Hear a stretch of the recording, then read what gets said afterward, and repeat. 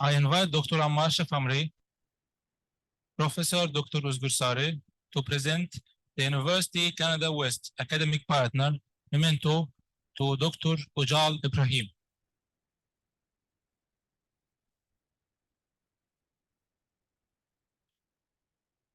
Dr. Ujal is not here.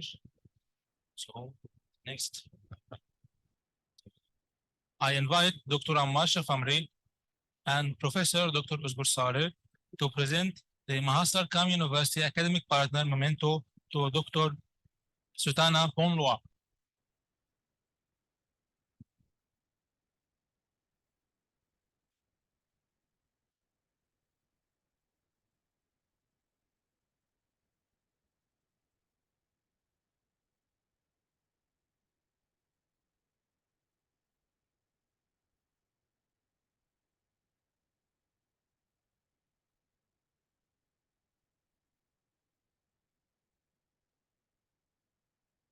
Now I invite Dr. Ammar Shafamri and Professor Dr. Uzgur Saleh to present the brand ambassador memento to Dr. Negin Babili.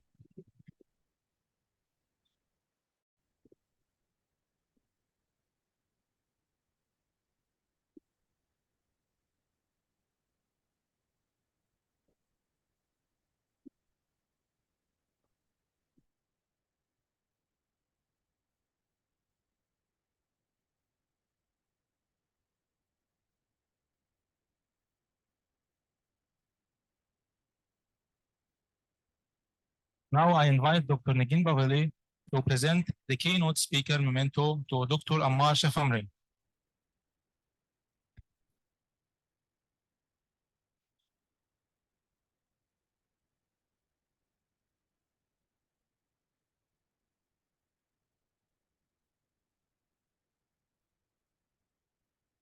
I invite Dr. Negin Babili to present the keynote speaker memento to Professor Dr. Uzgur Saleh.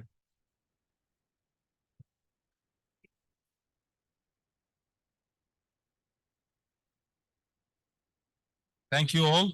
Now the lunch break till 1:30. Then technical sessions will start. Thank you all.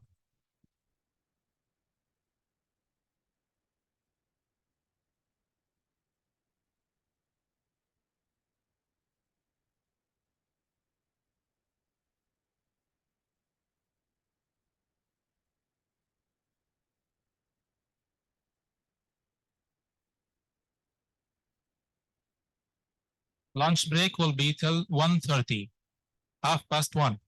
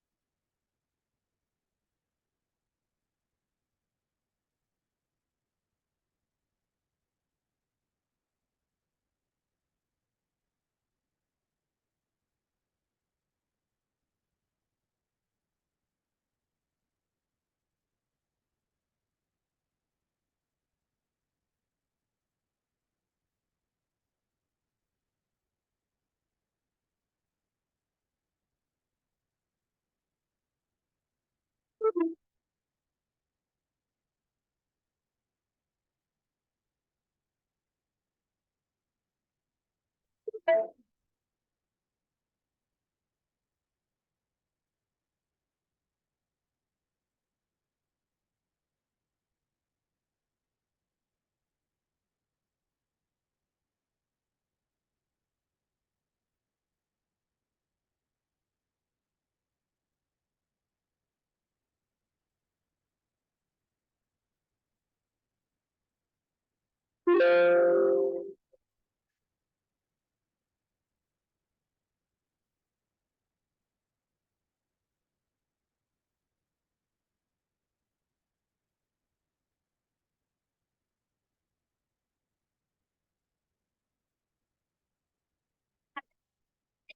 I mean, if you get a photograph in your own way, and I will take photograph for you.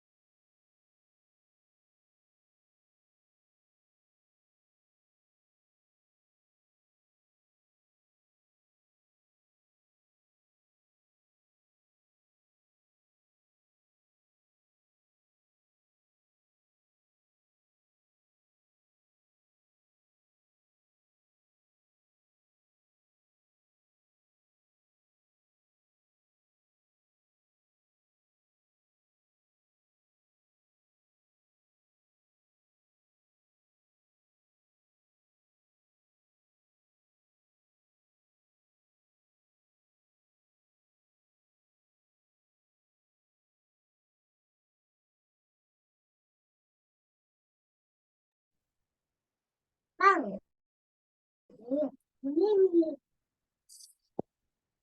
Bang.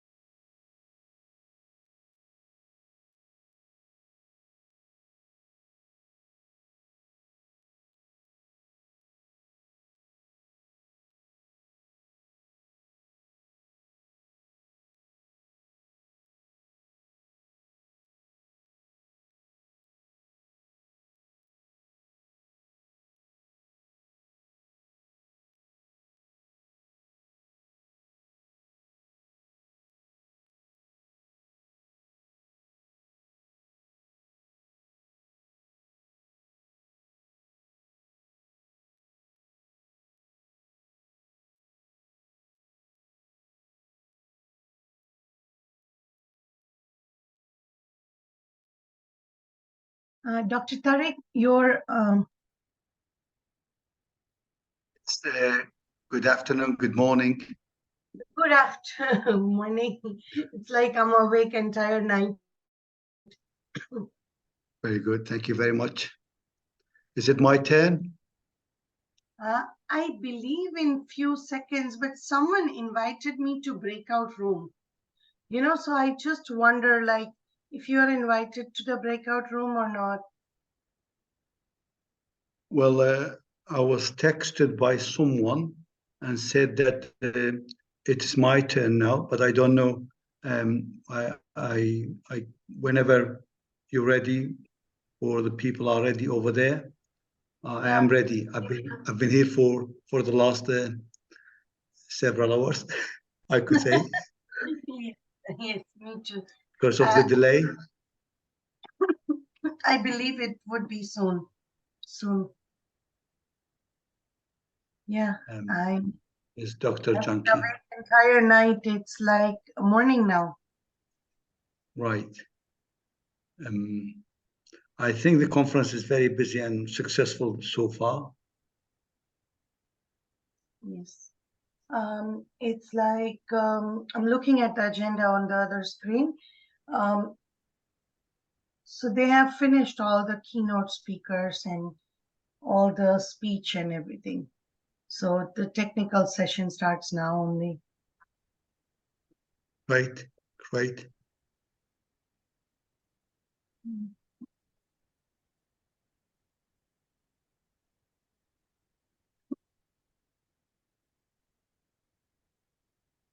Okay, let's wait. I believe everyone's going to be back from lunch break soon. So.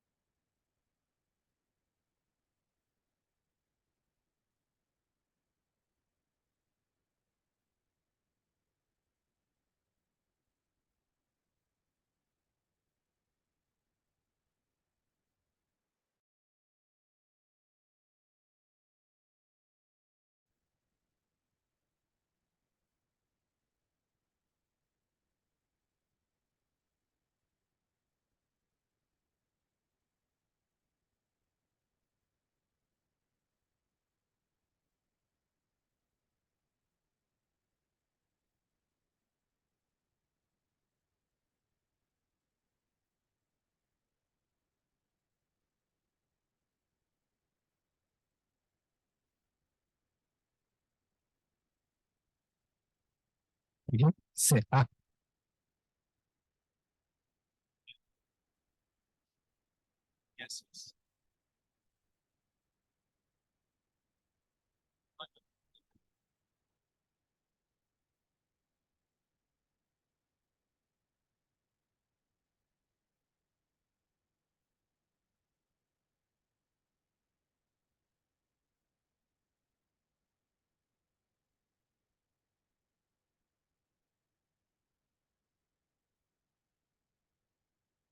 Hello again.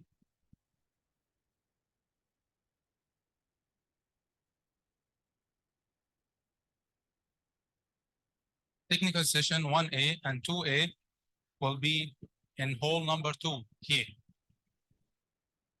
Technical session 1B and 2B will be in hall number 1. 1B and 2B will be in the other one, in the other hall. Hall number. Okay. Participants belong to technical session 1A and 2A will be here in this hall. Participants belong to technical session 1B and 2B will be moving to hall number 1. Okay.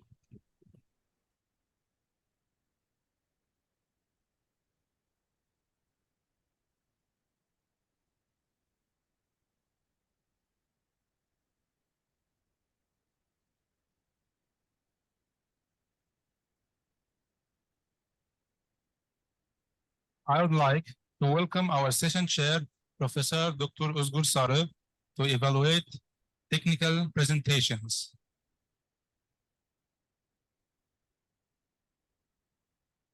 A notification for all participants. Please ensure that your presentation will be wrapped up within 8 minutes time frame. So maximum time for presentation is 8 minutes. I would like to welcome Mazlini Adnan to present the paper titled Mathematical Thinking Among Pre-Service Teachers, a critical component to teacher preparation.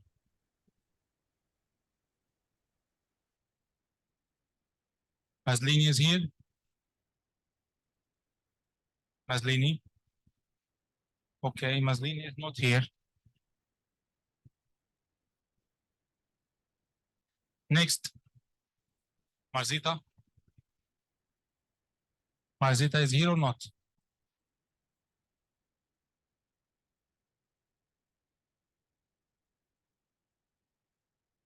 Carayo Padron. Is she here? Not here as well. Okay. Jaman Fahmi. Jaman Fahmi is here. Okay. I would like to welcome Jaman Fahmi to present the paper titled Student Achievement, Adaptation, and Motivation in Chemistry Learning during the COVID-19 Pandemic Transition.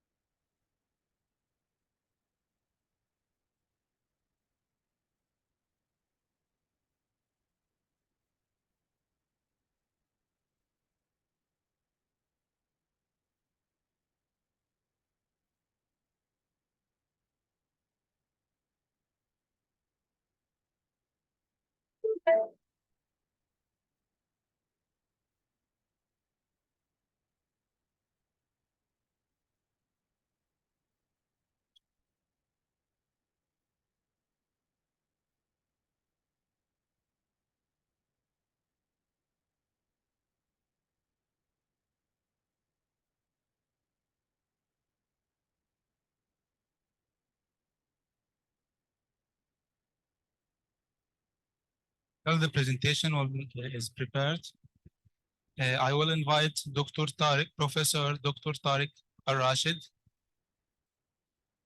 our special guest, to deliver his speech.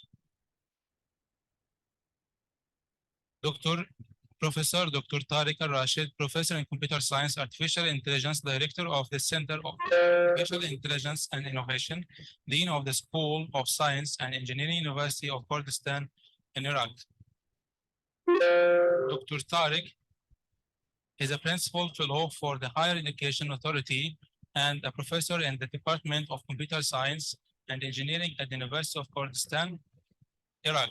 He pursued his postdoctoral fellowship at the Computer Science and Informatics School, College of Engineering, Mathematical and Physical Science, University College Dublin, Ireland. His areas of research cover the fields of artificial intelligence, nature-inspired algorithms, swarm intelligence, computational intelligence, machine learning, and data mining.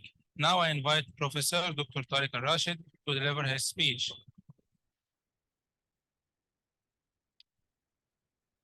Thank you very much. Good morning, good afternoon to everybody. Thank you very much for introducing me. First of all, I am immensely delighted to participate in this sixth conference, which is titled International Conference Recent Trends in Multidisciplinary Research, University Canada West, Vancouver, and Mahasakam University, Thailand, with Association of the Institution for Engineering Research and Publication. If you allow me to share my presentation, I would be happy to start. Yes, you please. Can allow me to, yes.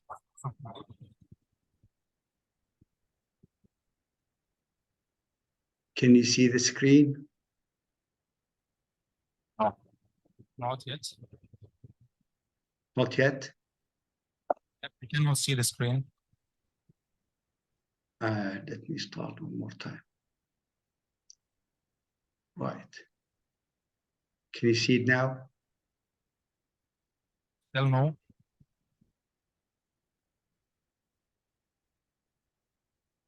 Yes. Still we don't see the screen. Okay. Thank you very much once again. Can you see it? We still don't see the screen. Okay. Okay. Right. Is it okay? Just a second.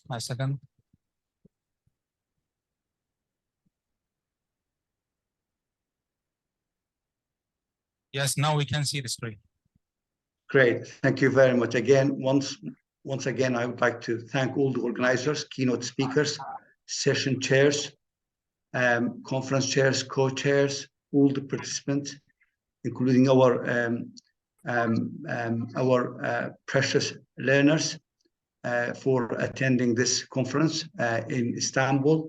The title of this presentation, I call it Meta-Heuristics, Lagrange Elementary Optimization. Actually, the work has been done by my co-researcher, Aso Aladdin, and myself. And the link of the work, the details of the code, all the projects are in this link. I know that this is a technical session. It has to be short and compact in 15 minutes, but I would like to prefer those people who couldn't get idea, they can check the link for more details. Now, the agenda, I talk about the introduction, and then I talk about the algorithm, which is designed by myself and my co-researcher called Leo, Lagrange Elementary Optimization. And then we have a case study so that the audience can have a flavor of true and practical technicality. Now, in our kitchen, we contributed several algorithms for the last several years. the list of algorithms that we produced by our team: ANA and nesting algorithm, FOX, CTDO, evolution clustering algorithm, Ashik, DSO, FDO, learner performance based, and Leo and Goose. Now, here I talk about Leo, which is a mathematical based algorithm, Lagrange elementary optimization. Actually, it stands out as a novel evolution approach in the world of global optimization, and it's actually meteoristic algorithm.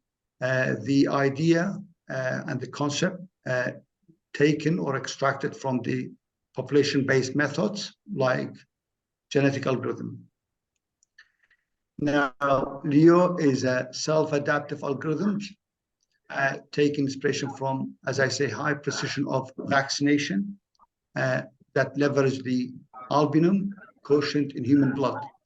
Leo actually adapts and adjusts itself and using human immune systems or responses. Now, the creation of intelligent agent relies on gene crossing and utilizes the fitness function value. Now, the mathematical background for this one taken from Lagrange dual function, which created our idea LPX from this. LDF shows the essential Lagrange elementary duality gap property, which plays a crucial role in attaining deterministic solution. The details of mathematics, I wouldn't go through it because they're all in the paper, which is in the link, plus the source code.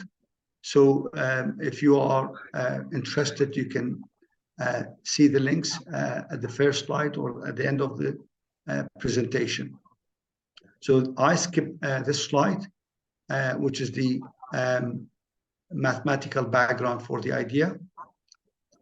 And then Leo is a core method for this presentation, and it actually works based on immune system and in human body.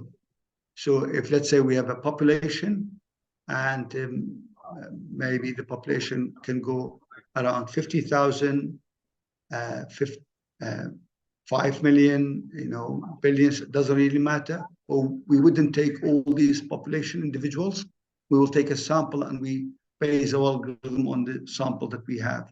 Now, the first equation, it is just the first parameter and the second parameter in any solution that you might have. And the idea is that we have the quotient albumin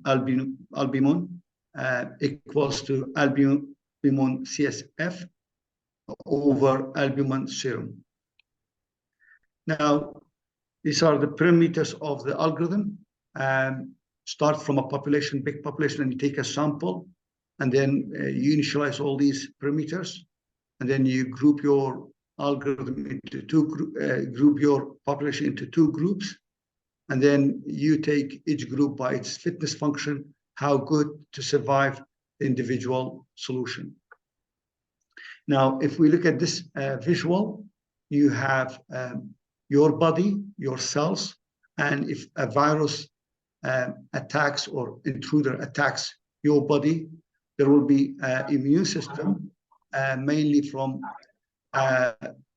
macrophage and T lymphocyte and B lymphocyte. So these cells will attack any intruder to your body. So T cells and B cells, and even the infected cell, they will be defended by these three elements in your body.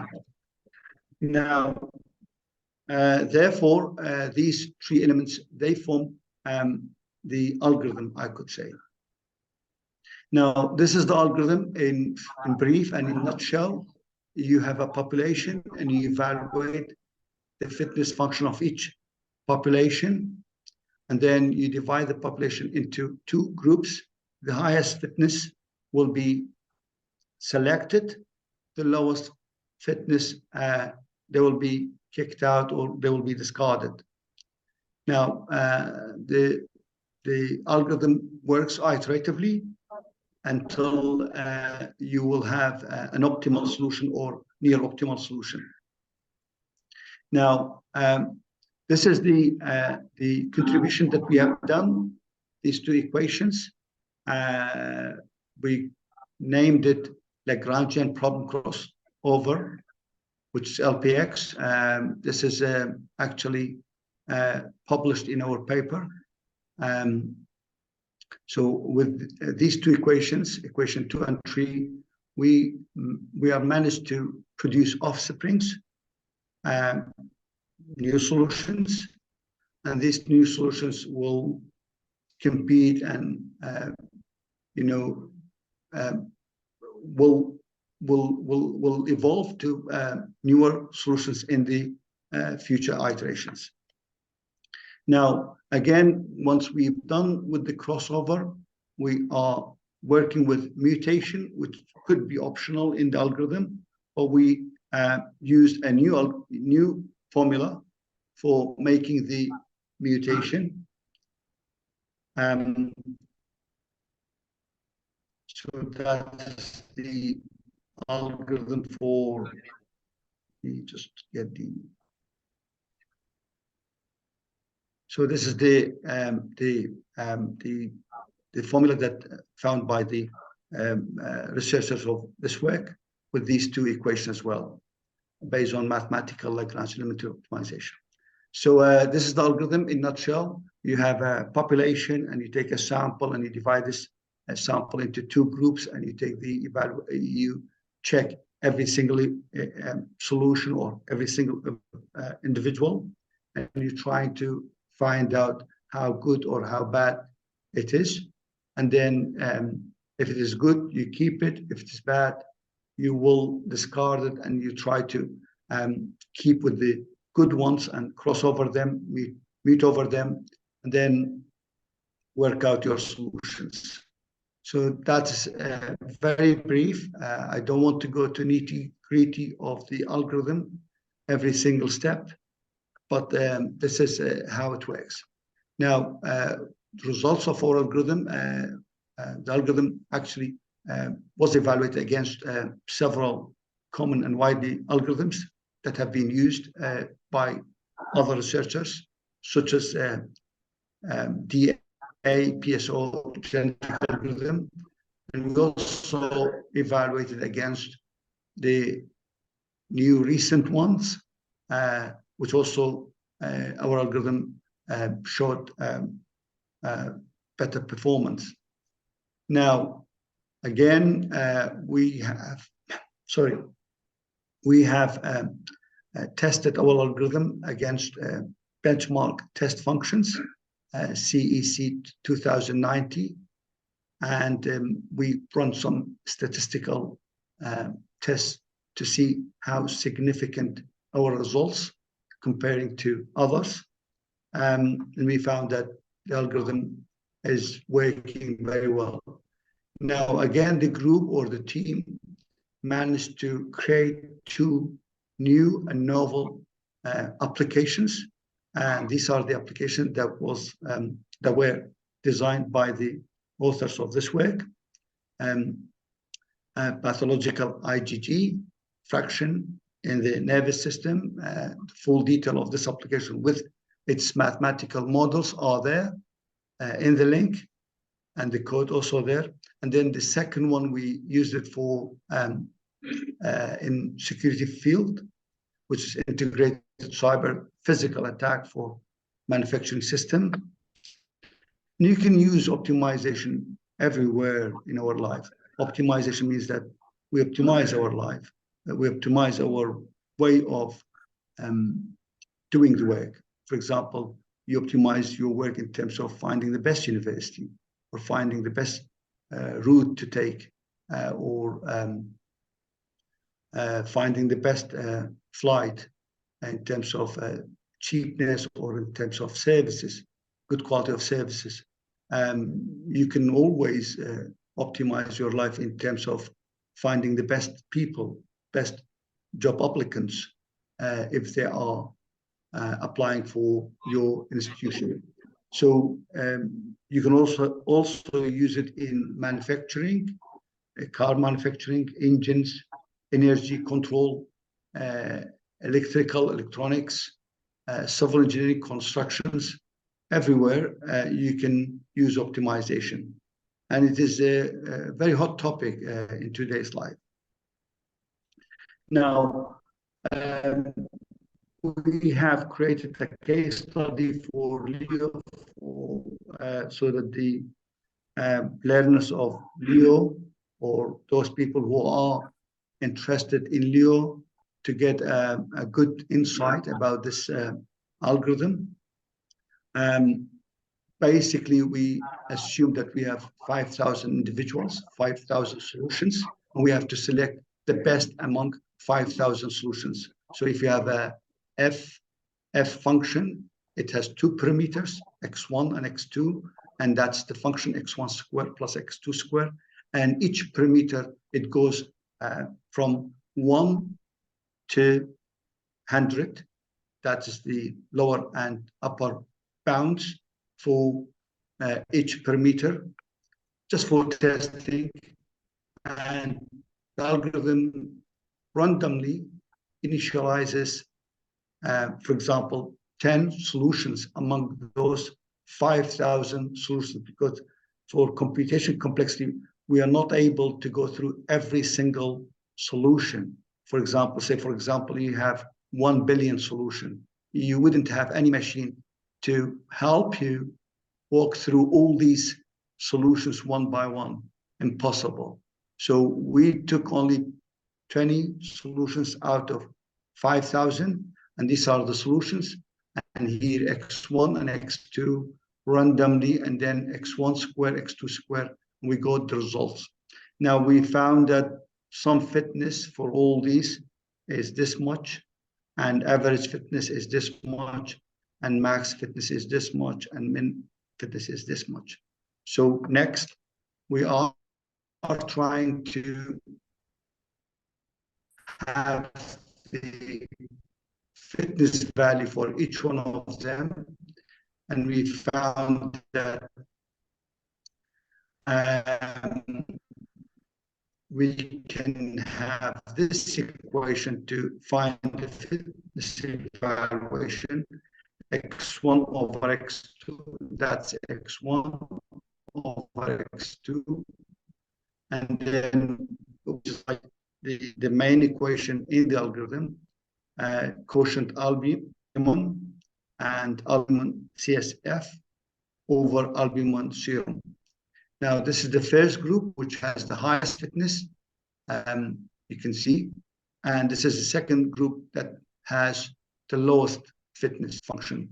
So step, we will have this X, and we found that the fitness value for solution 14 or individual 14, it is the highest, 31. You can see it in red. So anything equals to this value, which is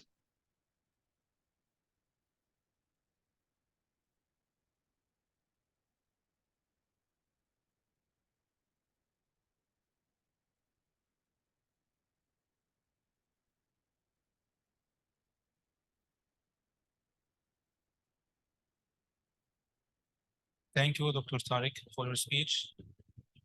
I would like to welcome Mr. Jaman Fahmi to present the paper titled Student Achievement, Adaptation, and Motivation in Chemistry Learning During the COVID-19 Pandemic Transition.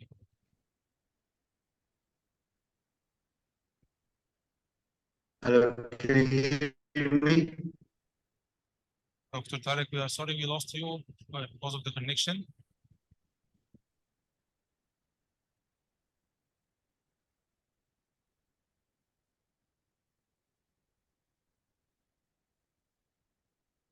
That's fine, I'm back.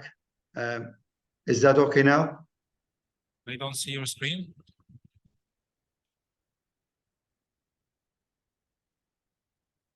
I was here. Can you hear me? I can hear you, but I cannot see you or see your screen. I shared it. Can you see it?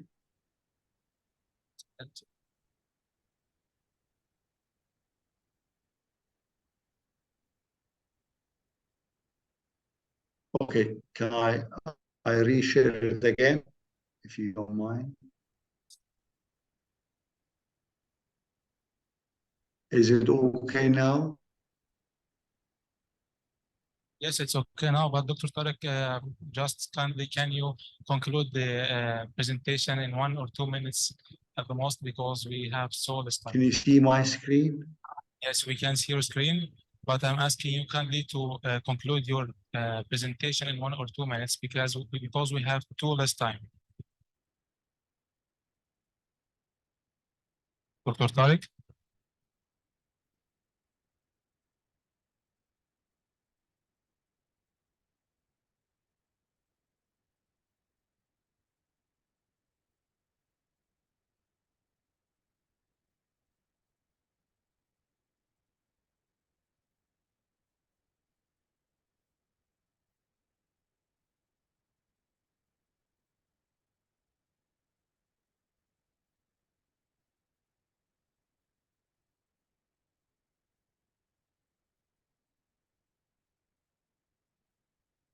Okay, again, thank you, Dr. Tariq. Thank you, Dr. Tariq. Again, I would like to welcome Mr. Jamal Fahmy to present the paper titled Student Achievement, Adaptation, and Motivation in Chemistry Learning During the COVID-19 Pandemic Transition.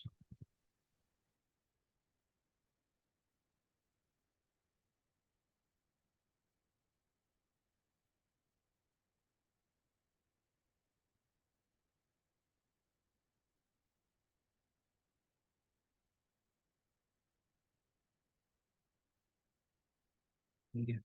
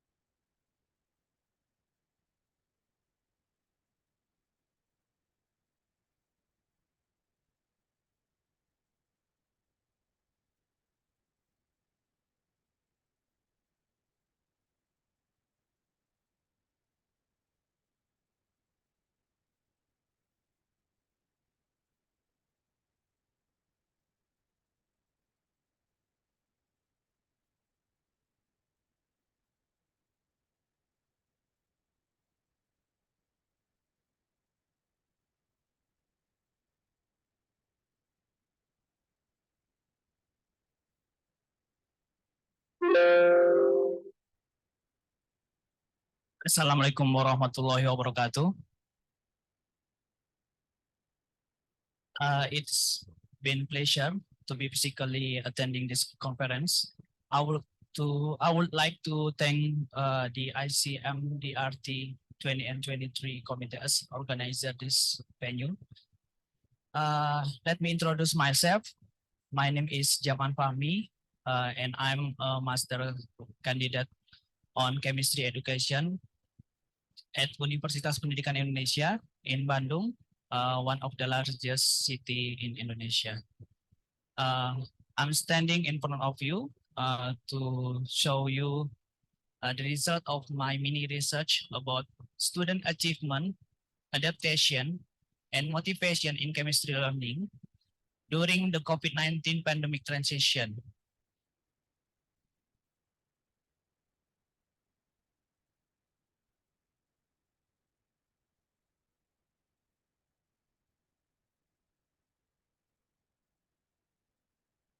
Okay, before I continue my presentation, I would like to extend our sincere gratitude to Lembaga Pendidikan, to Lembaga Pengelola Dana Pendidikan, or as we know as LPDP, from Ministry of Finance of the Republic of Indonesia, for funding my conference at 6th International Conference on Recent Trends in Multi-Disciplinary Research at this city.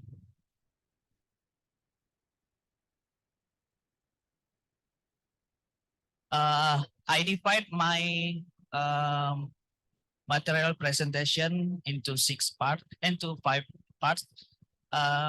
Introduction, research question, methodology, discussion, and conclusion. The introduction, as we know, that the coronavirus was first reported in Wuhan, a city in China, almost 4 years ago. So all fields were influenced, including education. Indonesia, like other countries, trying to survive this pandemic wave. Based on official letter from the Indonesian Minister of Education number 3, concerning of the prevention of COVID-19 in education unit, Indonesia must change the implementation of all learning activities in school and college through various information technology based applications such as WhatsApp, Google Classroom, and etc. Saying the phenomenon of change in the learning system from online to offline learning has prompted researchers to research the result of online learning activities in high school on adaptability in offline learning at universities. Therefore, adaptation needs to be done by students so that the learning process at the university continues to run well and student achievement doesn't decrease. So from there, the researchers want to find how are student achievement of learning during the COVID-19 pandemic transition.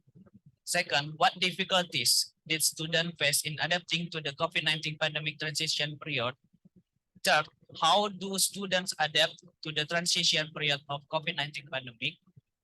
Fourth, how are students motivated to carry out learning during the COVID-19 pandemic transition? Now we are going to methodology. I use triangulation technique to collect all data. The technique was using semi-structure, documentation, and using the questionnaire. Methodology consists of procedural research, method of collection data, method of analysis data, because there is a limit of time. I will continue. Next. On the result. This one of table 1, interview research regarding achievement in online learning. Exactly, there are several participants were selected using purposive sampling regarding they were come from the same high school and were at the university in the same city. From 7 participants, I'm only show you 4 answer that representative all answer. Participant 1 like this say about online learning.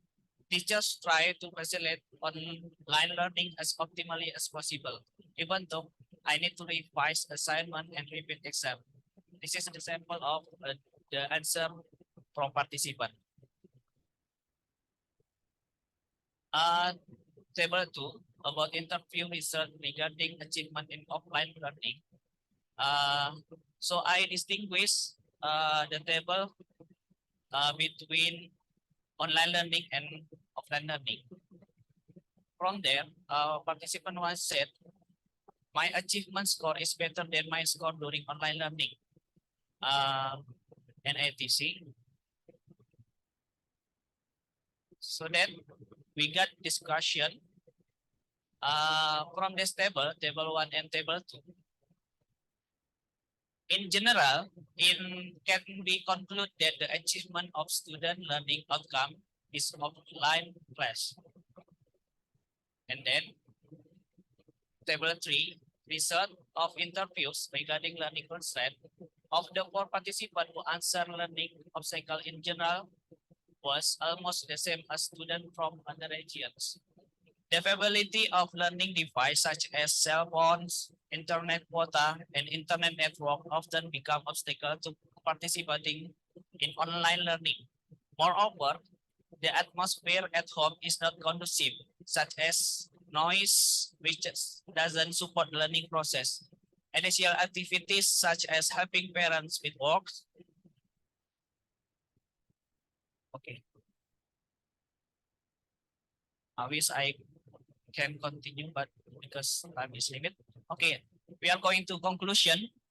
Some of difficulties faced by students when completing learning at university offline based on online learning experience during high school, such as adapting to new learning place, using new facilities, new friendship cycles, to deepening new learning material. After the adaptation is successful, students begin to be motivated to study hard, so that there is a difference in achievement between offline learning, which is better than online learning achievement.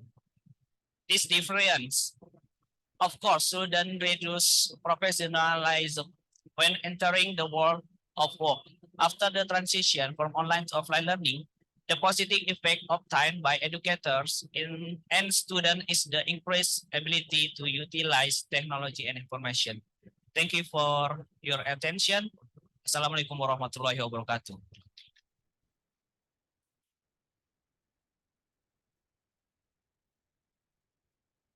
Thanks, Mr. Jamal Fahmi, for your presentation.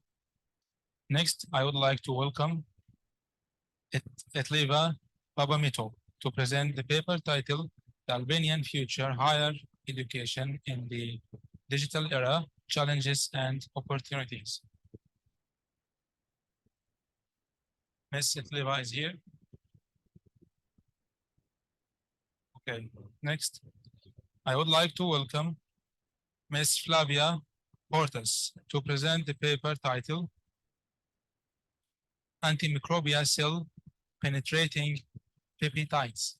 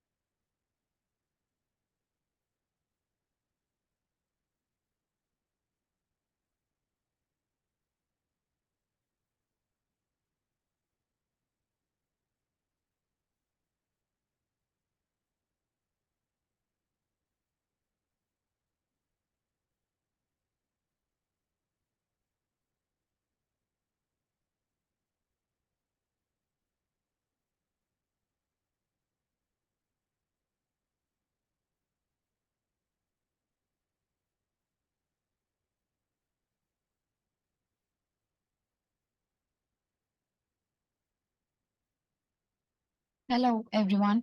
I'm so glad that I'm here. My name is Flavia Bortes, and I'm a PhD student at Aurel Vlaicu University from Arad, Romania, and in the field of environmental engineering. I have already published one paper in scientific journals, and so far I have, I guess, 35 or 40 conference in the national and international levels. Today, I will present briefly antimicrobial cell-penetrating peptides. And these peptides are important components of natural immune system in some species and could be used as a source of new antibiotics. These peptides are a crucial components of the host first line of defense against infections caused by bacteria, fungi, viruses, or many other types of cancer cells. A 39 amino acid called buforin-1 was isolated and identified in the stomach tissue of an Asian toad Bufo gargarisans. Proteins and peptides have effectiveness, activity, specificity, and relatively lower toxicity, which are important factors for the treatment of numerous diseases. As the material and methods, these peptides are synthesized by solid phase synthesis using FMO chemistry and purified by reverse phase UHPLC coupled with the C18 column. To assess the purity and identify of the peptides, matrix-associated laser desorption, ionization mass spectroscopy, and electrospray mass spectrometry were used. As the result and discussion, these antimicrobial peptides are oligopeptides with a very varying number from 5 to more than 100 of amino acids and has a wide range of target organism ranging for viruses and parasites. These antimicrobial cell-penetrating peptides can be classified by biological properties, by origin, by charge or amino acid composition. I want to, but that doesn't seem here. I want to say that this work was supported by grant of the Ministry of Research, Innovation and Digitalization. The project number 0639, and thank you for your attention.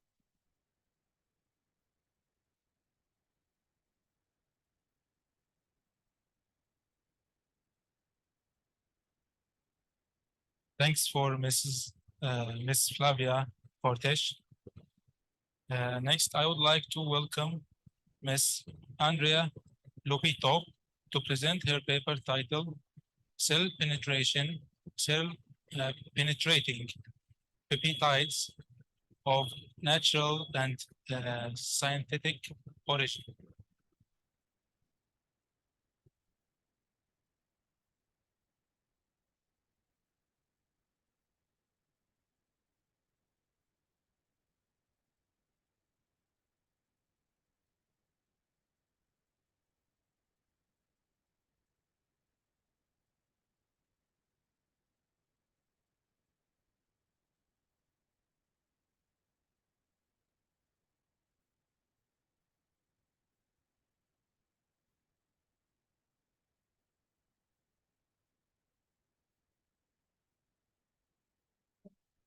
I'm very glad to be here today. My name is Andrea Lupitu. I came from Romania. The university is Aurel Vlaicu. And I would like to present cell-penetrating peptides of natural and synthetic origin. As we all know, cell-penetrating peptides are short-chain amino acids that play a crucial role in various biological processes. We know some natural peptides like insulin, like oxytocin, that are growth hormone. Also, we have neuropeptides as signaling molecules. We have also a very known peptide, penicillin. And we have collagen and elastin, as everybody knows, they are natural peptides.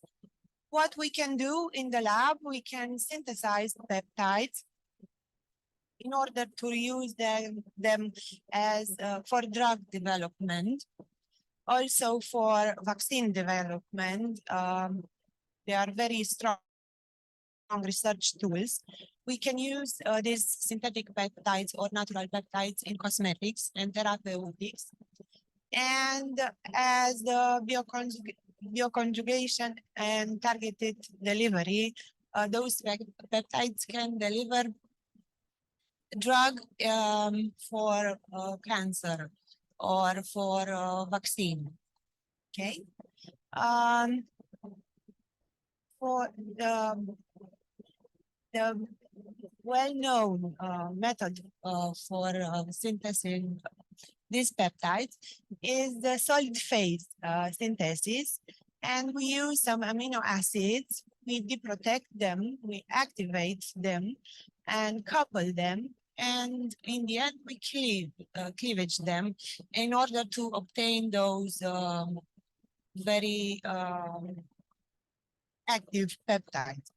So they can enter in the cells by direct penetration pathways or endocytic pathways, and they will enter the tissue, and we'll have several activities.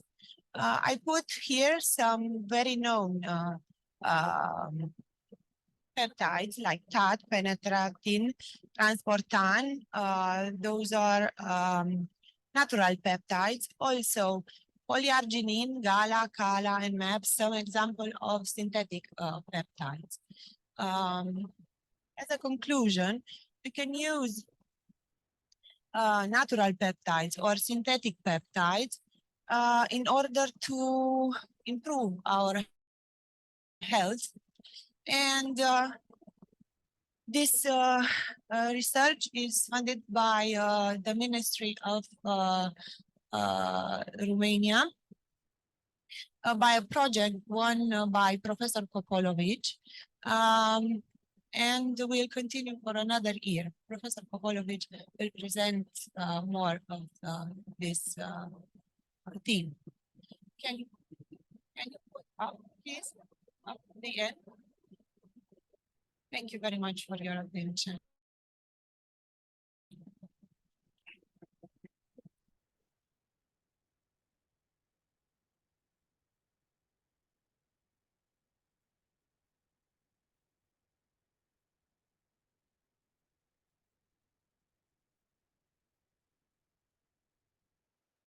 Thank you, Ms. Andrea Popito.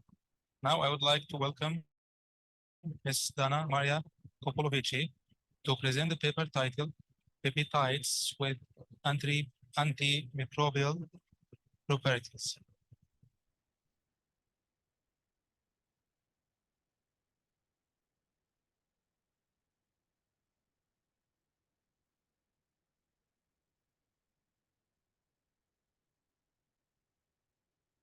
Not this one. No. Dana. It's a PowerPoint presentation.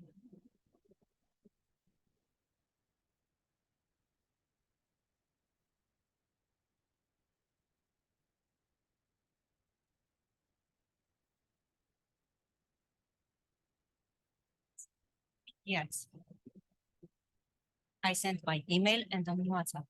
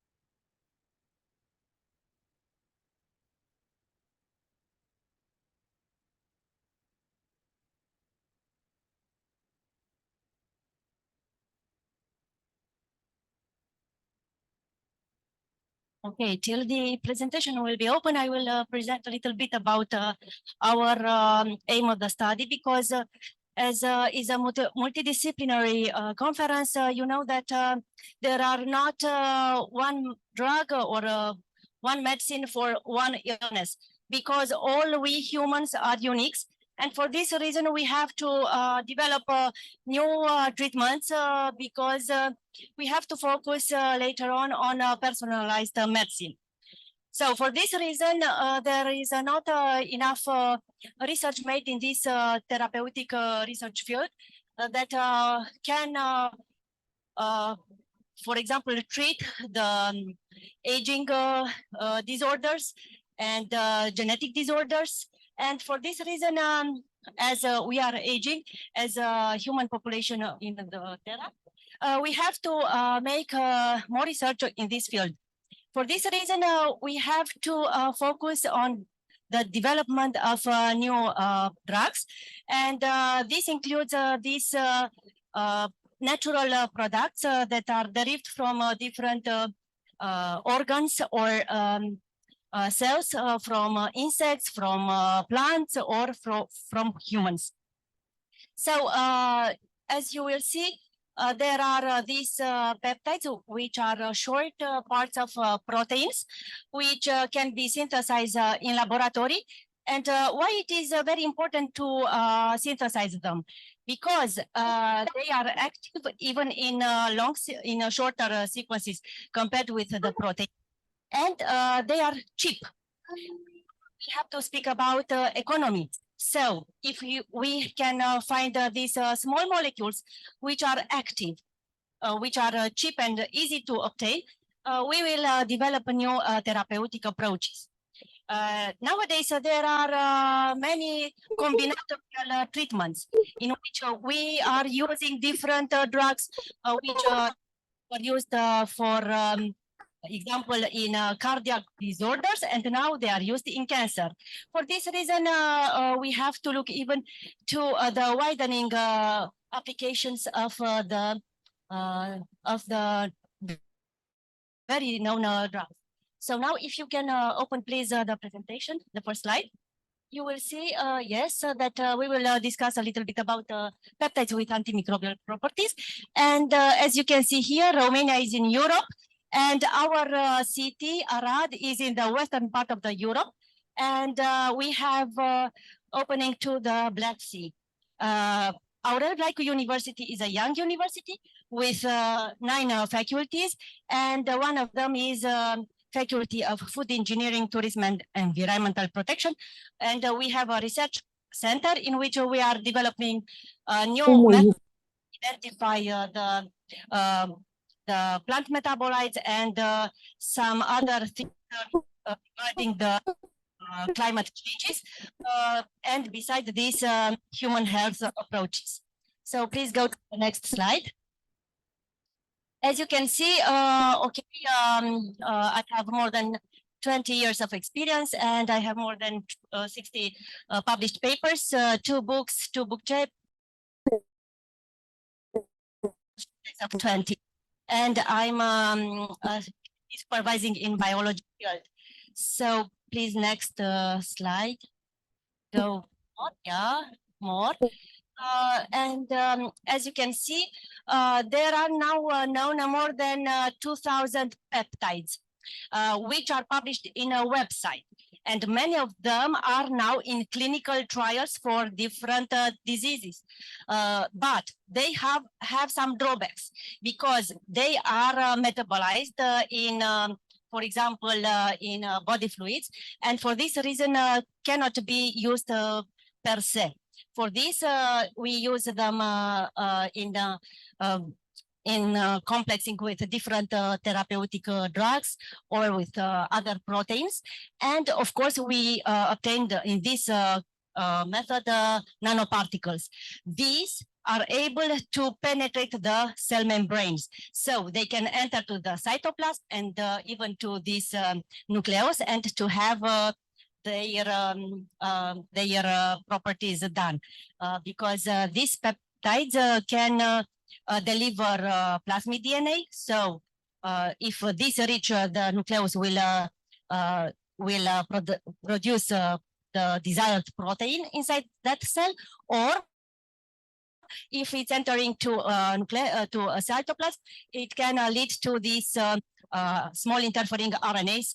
So different approaches similar with these vaccines developed by biotech for COVID-19 treatment. So next slide, please. You can see that our nanoparticles are able to enter into the cells. And in our current project, we were now developing new peptides. Please, next slide. Next slide. And we synthesize by using NFMOC peptide solid phase synthesis.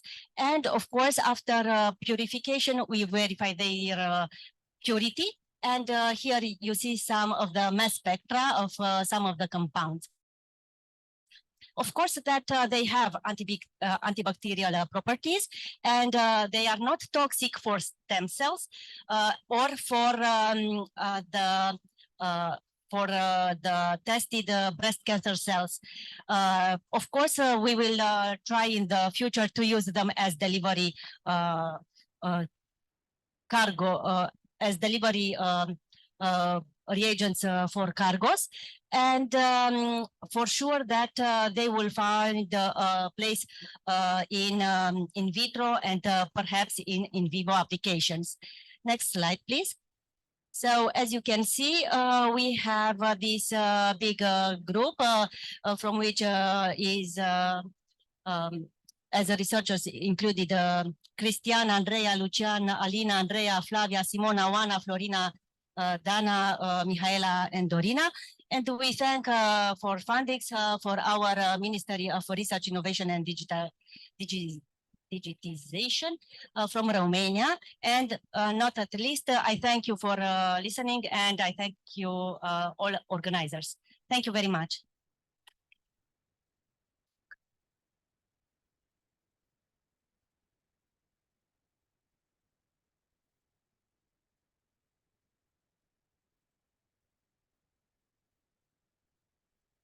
Thank you, Dr. Dana Maria, for your presentation.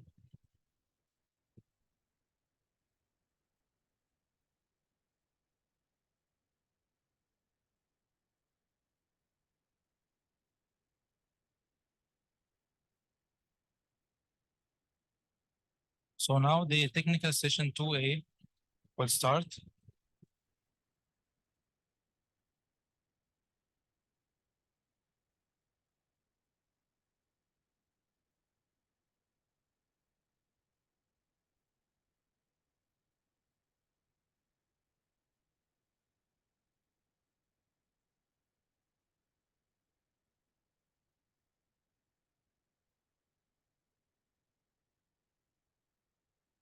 I would like to welcome our session chair, Professor Dr. Özgür Sari again, to evaluate the technical presentations.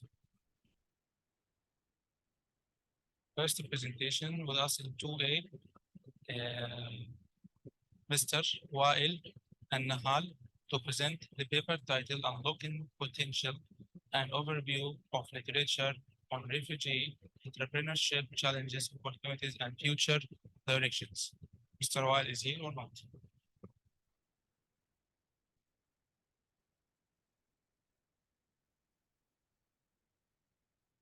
Okay, next, I would like to welcome Mr. Mudia Umama. Miss Mudia Umama to present the paper titled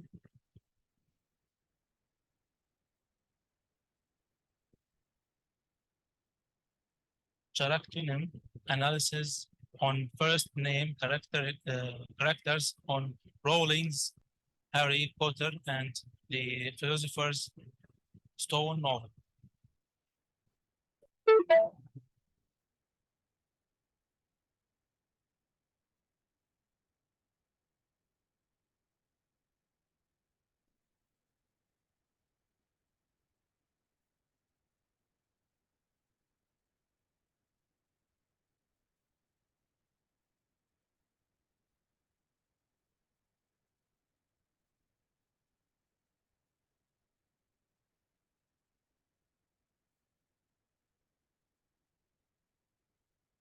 Good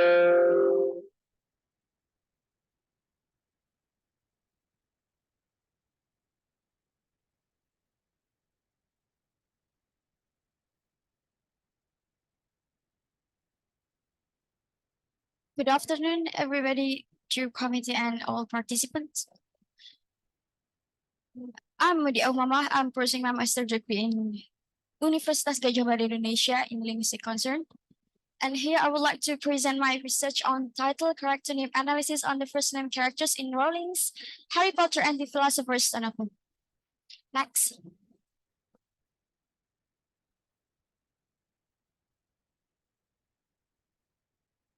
Please, please next. Next. First of all, First of all, I would like to thank special thanks to LPDP, Lembaga Pengelola Dana Pendidikan Indonesia from Financial Ministry of Indonesia, or we know as LPDP, for my research support and for my attendance in this conference. Next. Okay, here my abstract. Next.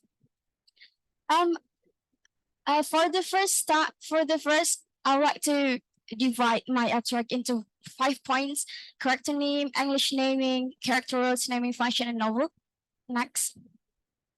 Character name is about one of branches of onomastic or study of name, focusing naming on fictional characters, and it's about revealing the personality trait and physical appearance of the characters in the literary work, and it's about etymology.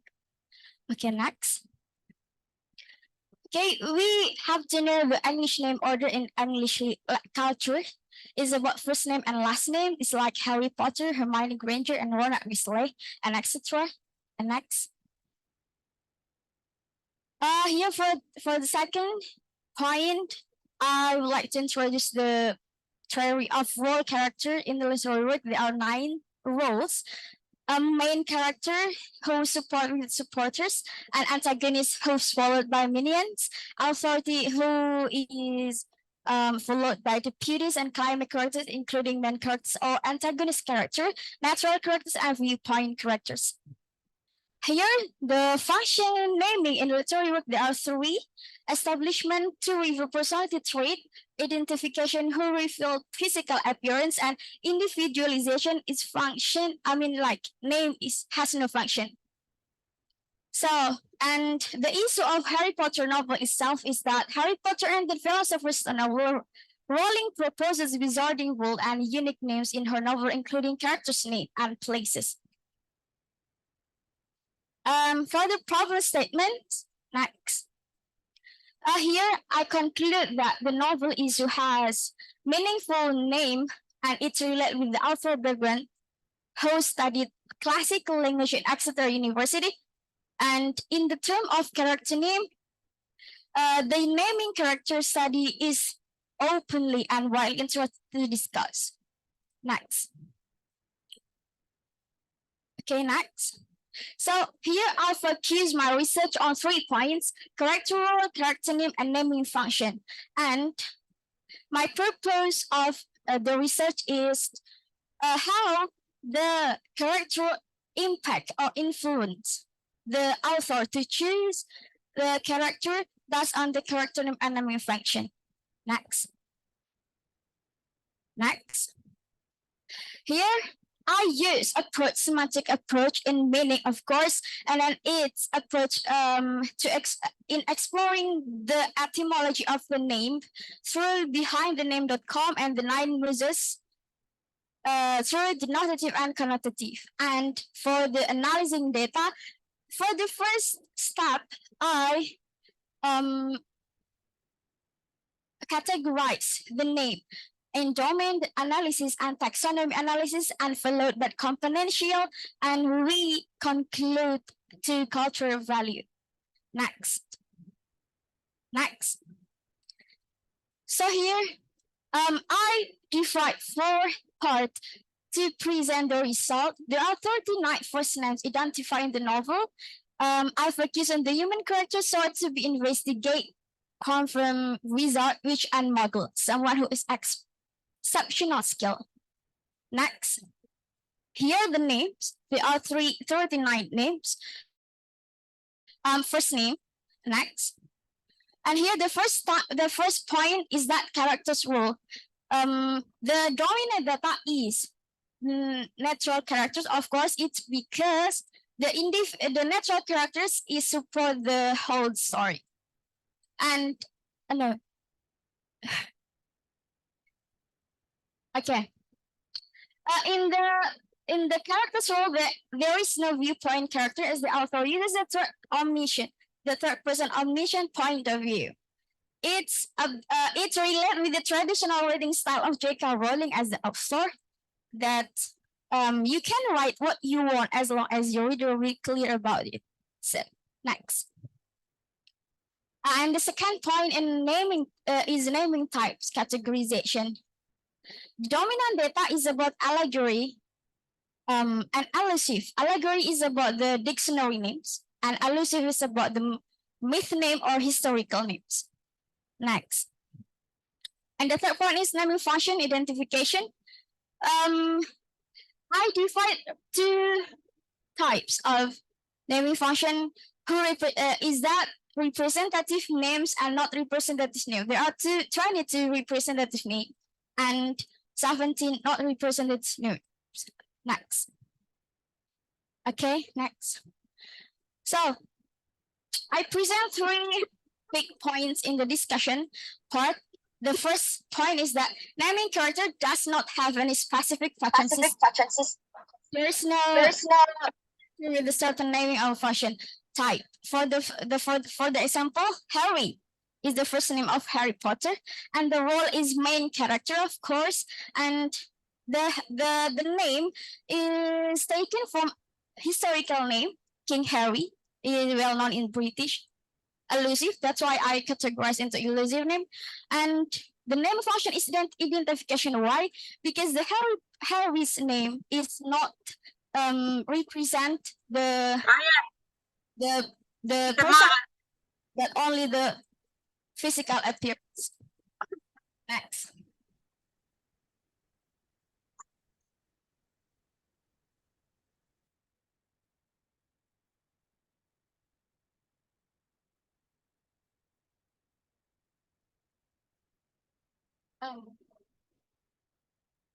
Yeah, this one.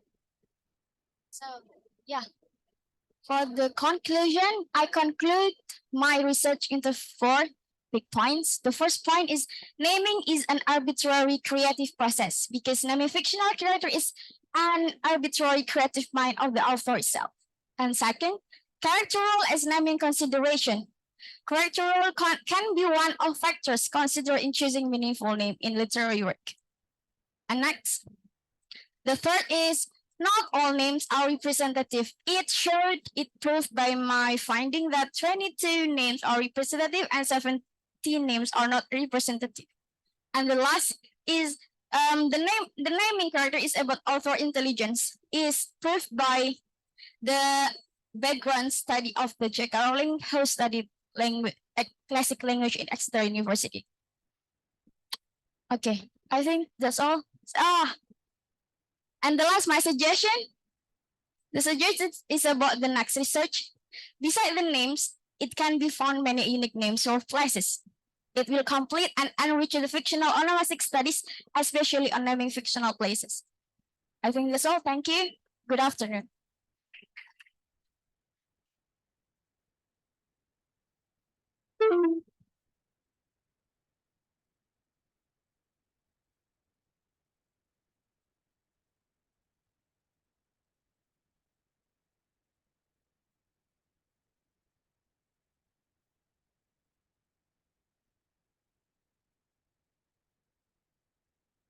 Thanks for Modia Omama for her presentation.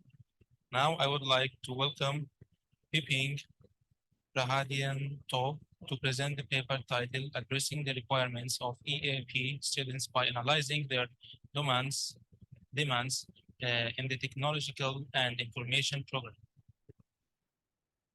Kepingin sih lo.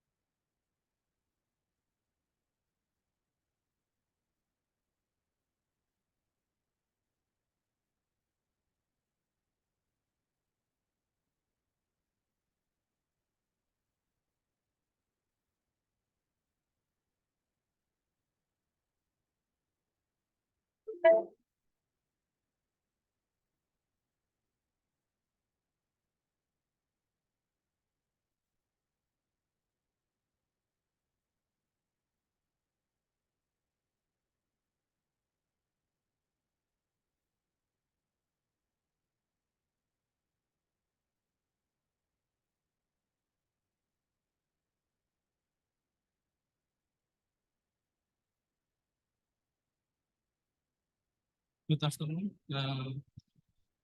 Firstly, I will thanks to all the committee in this for this events. Okay, and I will present. My name is Piping Radianto, and I will present my part of my dissertation with the title is addressing the requirement of EAP students by analyzing their demands in the technological and information problem.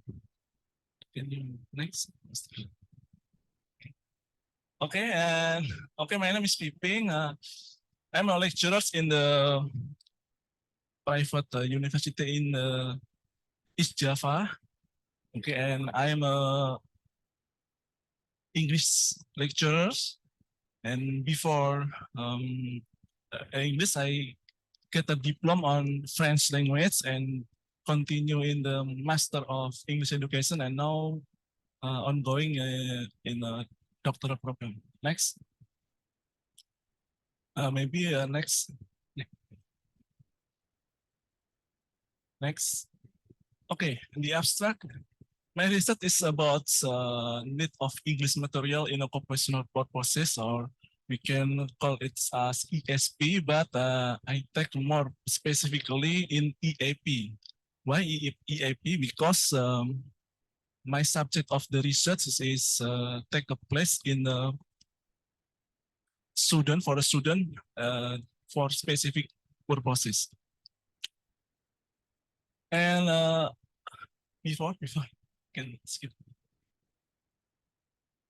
Okay, this is a qualitative research design was adopted utilizing a closed-ended questionnaire to collect in deep information. The data collects through online form focus on identifying needs, likes, and wants. And the result, students and lecturers believe that the main area of concern for prospective technology and information students are in the need for English material subject. And for the abstract, I found that the reading material is a must for the students who learn English, but not specifically English students. I take a class, mini class in the students information and technology. And then in my subject of the university, EAP teaching material needs to be developed. Okay, the introduction. Why English language education? Yeah, English language education holds a significant position as a global language in every matter things in the world. We know today that English is a bigger parts of people around the world communicate using English. So English is very, very important for all the matter of the English, for the subject of the English, for the people. And number two is serving as a lingua franca. Lingua franca, we know that in every activity, every purpose, English everybody use English for the communication, or maybe for the procedures, for information to get information to other people, to communicate with their occupation. EAP are conducted in higher education. And the last one is EAP transformed as a result of various development and change. Next. EAP factor in here. Critical students need to become proficient in English, because my subject of the research not student English, so they need specific things to learn English, how to learn English, what they need, what they want, and what they lack. Number two is achieve their academic goals. So my title is about EAP, because for students, they need to reach a goal, academics goal in reach English. Number three is imply and create effective teaching and learning tools. Next.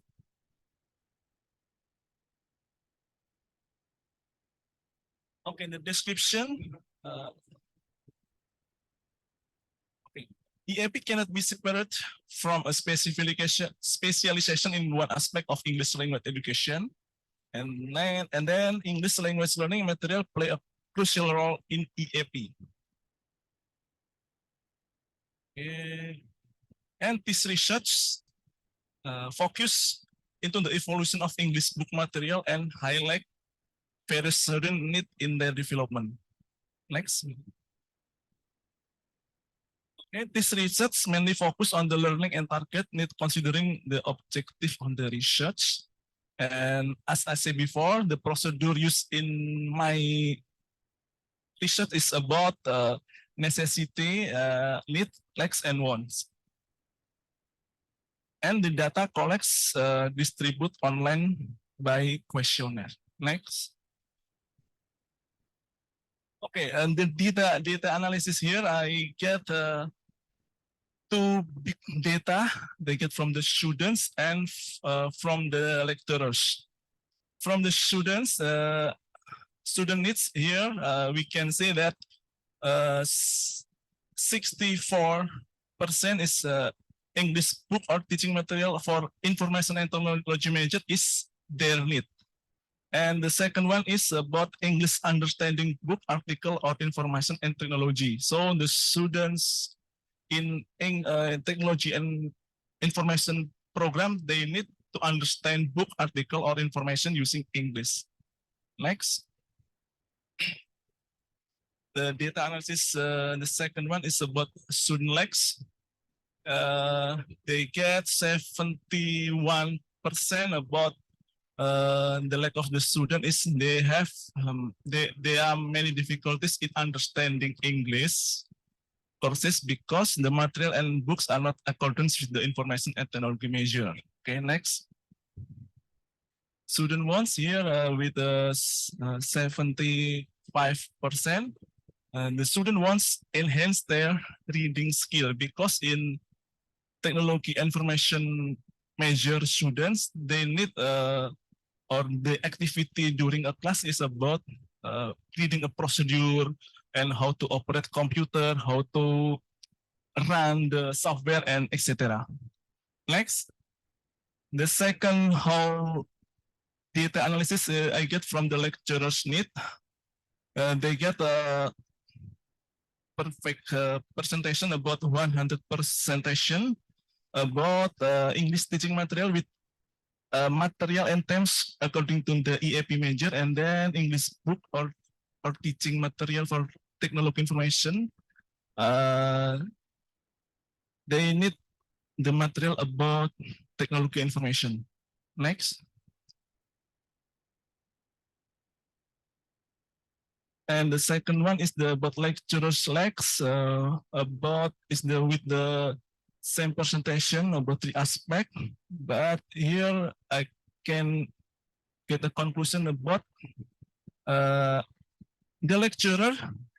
They have a lack or difficulties about finding a material or subject on a book for teaching English for EAP, especially for technology and information program. Next.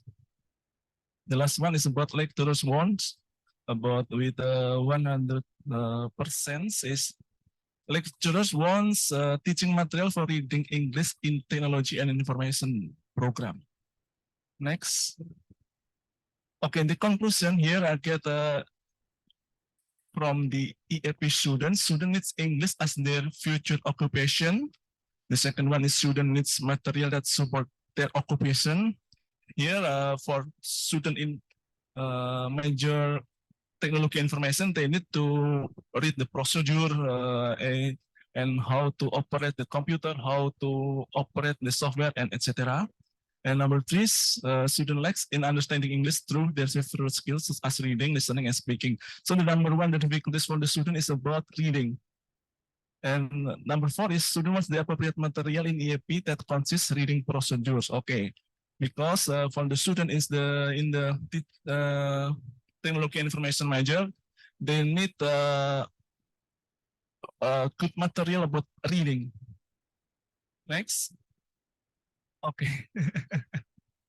Okay, next, the last one will be just the, okay, it is the campus, I get the data, and then the last one. Thank you very much.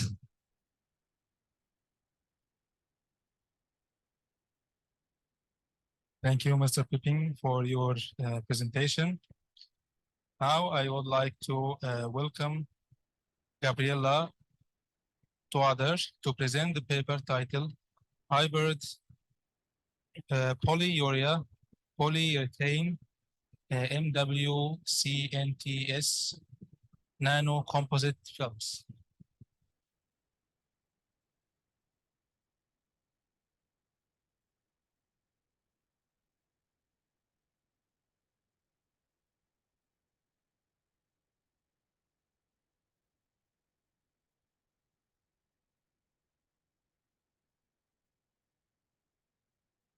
Thank you for the introduction.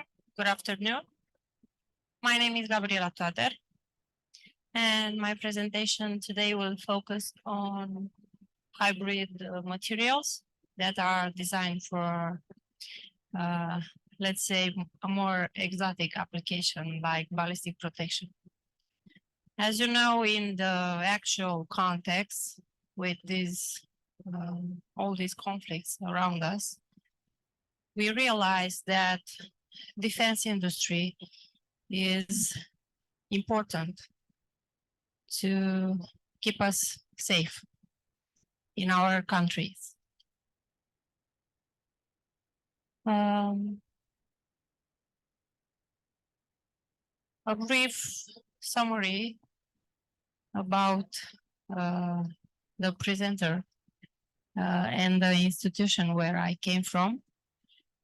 I am an associate professor at Military Technical Academy of Bucharest.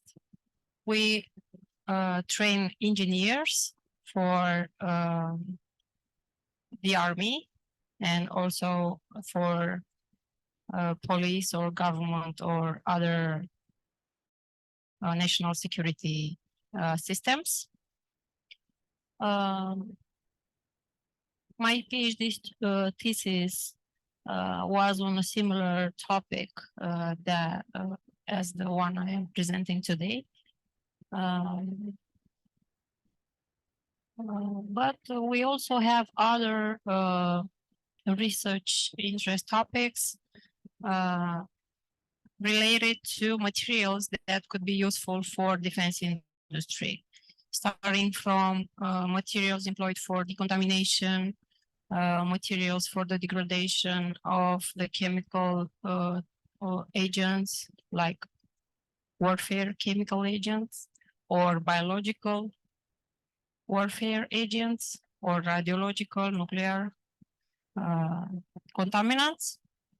And we also focus on developing hydrogels or materials with antimicrobial properties, drug delivery, and so on. But today I'll focus just on the materials with polyurea and multi-wall carbon nanotubes. As you may know, the elastomers are well known for their properties, but they are less acknowledged for their ability to dissipate the energy that may come from a shock wave or from the impact with a bullet. So this study describes the synthesis of versatile polymeric matrices that are reinforced with carbon nanotubes, and they reach the mechanical properties that are necessary for extreme conditions like explosions or bullet impact. Could you please help me to the next slide? The one with yes, thank you. I will not insist very much on the chemistry of these materials because this is a multidisciplinary conference, so I don't want to scare you with all that chemistry. But what I presented on this slide is a way of illustrating the relationship between the structure of the material and the properties that we can obtain. So what we tried was to optimize the composition, so the formulations, until reaching the desired mechanical properties for our materials. And if we go to the next slide, you can see that our materials were capable of blast mitigation. So we coated some steel plates with our nanocomposite films, and we tested them for bullet impact and also for explosion. As if you can see, for the ones that were coated with the polymeric material, the steel that was on the backside of this composite didn't break. So with the elasticity brought by this material, the shock wave was absorbed and our metallic structure resisted to these harsh conditions. Can we go to the next slide, please? So we could like apply by spraying this material on military vehicles, and the ones that are inside, I don't know, if they encounter a landmine or if someone is shooting, we can improve the shielding properties of that military vehicle. Because these materials have this high energy absorption capacity, and as you may also know, polymers are very light, so the vehicle will not be very heavy. So it's easier to try to apply a polymeric coating than to increase the thickness of the steel, let's say. Can we go further? So yes, here, thank you. For the ones that want to read more about this topic, I listed here some of our publications. Our latest research also focused on employing renewable reagents like lignocellulose. So we are trying to be more eco-friendly. So we search for reagents that are more friendly with the environment, because the classic reactants are dangerous for the operators and also are harming the environment. And for the last slide, if you can help me, you can find here the references if you want to see more of our publications. I want to thank my great team. I also have a great team in Romania, as you have. And I like to call them the dream team because they've been supporting me and they adopted me in their laboratory since I was a PhD student, like you. And last but not least, thank you for your attention, and thanks to the organizers for the support. Thank you.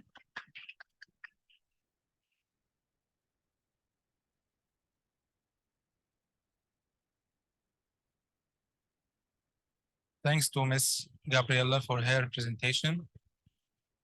Next, I would like to welcome Mr. Mas Rose to present the paper titled An Evaluation of the Efficiency of the Human Resources Data Analytics on Artificial Intelligence Program.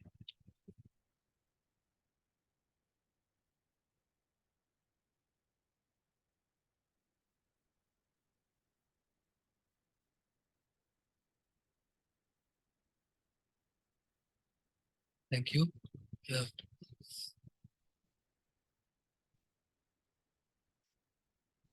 Good evening. Good afternoon, Bapak Ibu. Thank you for giving us a chance to present in this prestigious event. Firstly, I introduce myself. My name is Maswik Randoro Rustiadi, Maswik of University of Professor Dr. Mustopo Beragama, Jakarta. I'm here with my colleagues. That's the first one is Abdul Wahab Samad, and the second one is Ibu Meka, Dr. Meka Sahare. Our topic here is about an evaluation of the efficacy of the Human Resource Data Analytics and on IPR program, Artificial Intelligence program. Next, please. Yeah. So this is my brief biography. I think it's if I read this, it's too long. So yeah. Next, you can skip this, as well as this slide is also promotional information that may be irrelevant with this event. Next year. Next. Okay. Yes, there's picture of me presenting, making a presentation in the other seminar. Next. Okay, so I start with the purpose of the studies to investigate the advancement of data analytics application program in human resources. So we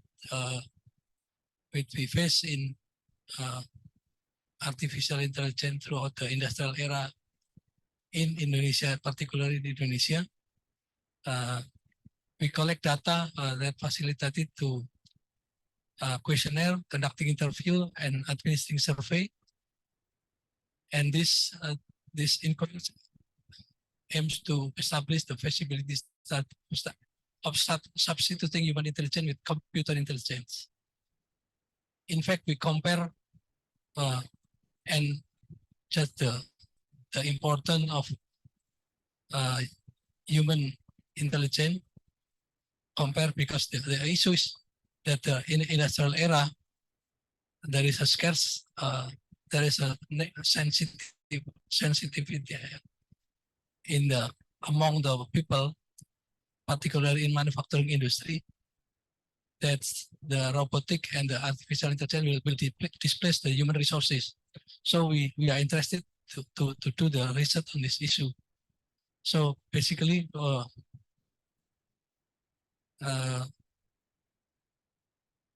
we do the comparison to the research to the literature study. The question analytic problematic from qualitative standpoint. So we do the literature research and also through questionnaire.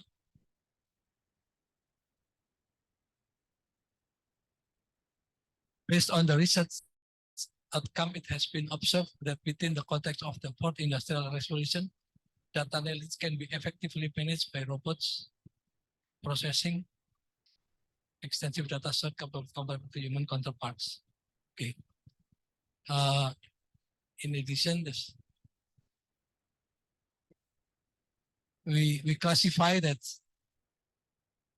EI, even though for the supporter for EI claim that AI can replace the workforce or doing the automatic manufacturing, but we classify the AIs in three categories: the weak AI, the middle, and the strong.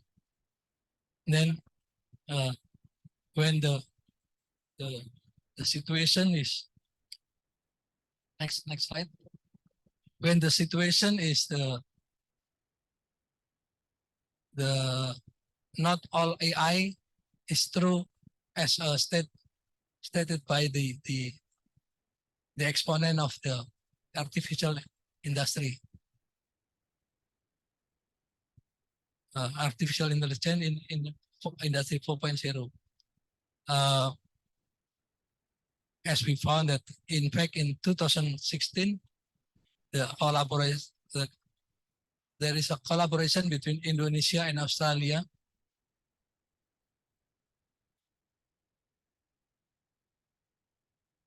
that's building the data analytics in HR. And this one, and we start from this collaboration and document on this collaboration.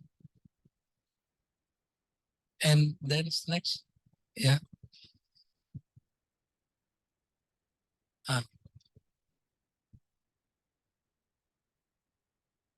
Then there is a cloud technology that also available in the market.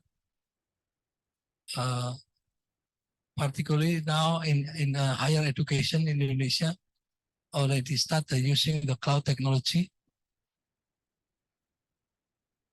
For instance, that a teacher in classroom as educator can utilize the cloud technology as tool to store and organize lesson plans and supplementary instructional resources. So as we already doing for the last 3 years during the pandemic, we use the online school, online program.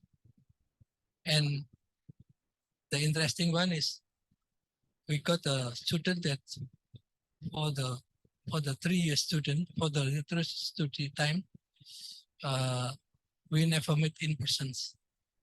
And when she going to graduate, then she asked me to meet her, and she said that during the study period we never meet in person, and she wants to meet us as a teacher and as a lecturer and a student.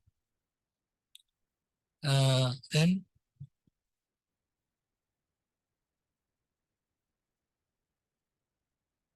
yeah, the thing is the participation of scholar from University of Gadjah Mada to detect the spread of COVID, and therefore is motivated by its pertinence to the investigation of the interaction between human and artificial intelligence. Next, yeah. Our research method is the common term in research method is quantitative and qualitative, but we use the traveling method, which actually is the development of qualitative method that we use in this research. qualitative method is devised through a dialogue between researcher and informant, mainly to get to uncover the causal relationship and outcome through qualitative narrative. So it's more qualitative than quantitative. And secondly, then we emphasize on three key aspects. First, establishing the relationship to identify cause and effect relationship. And secondly is actively listening to gather all necessary information. And the last one thing is embracing the state of not knowing for us to get to generate genuine innovative solution.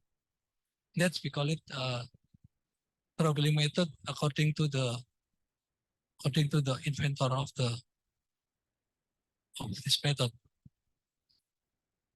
And next slide is the visualization of research qualitative. This is in a schematic diagram.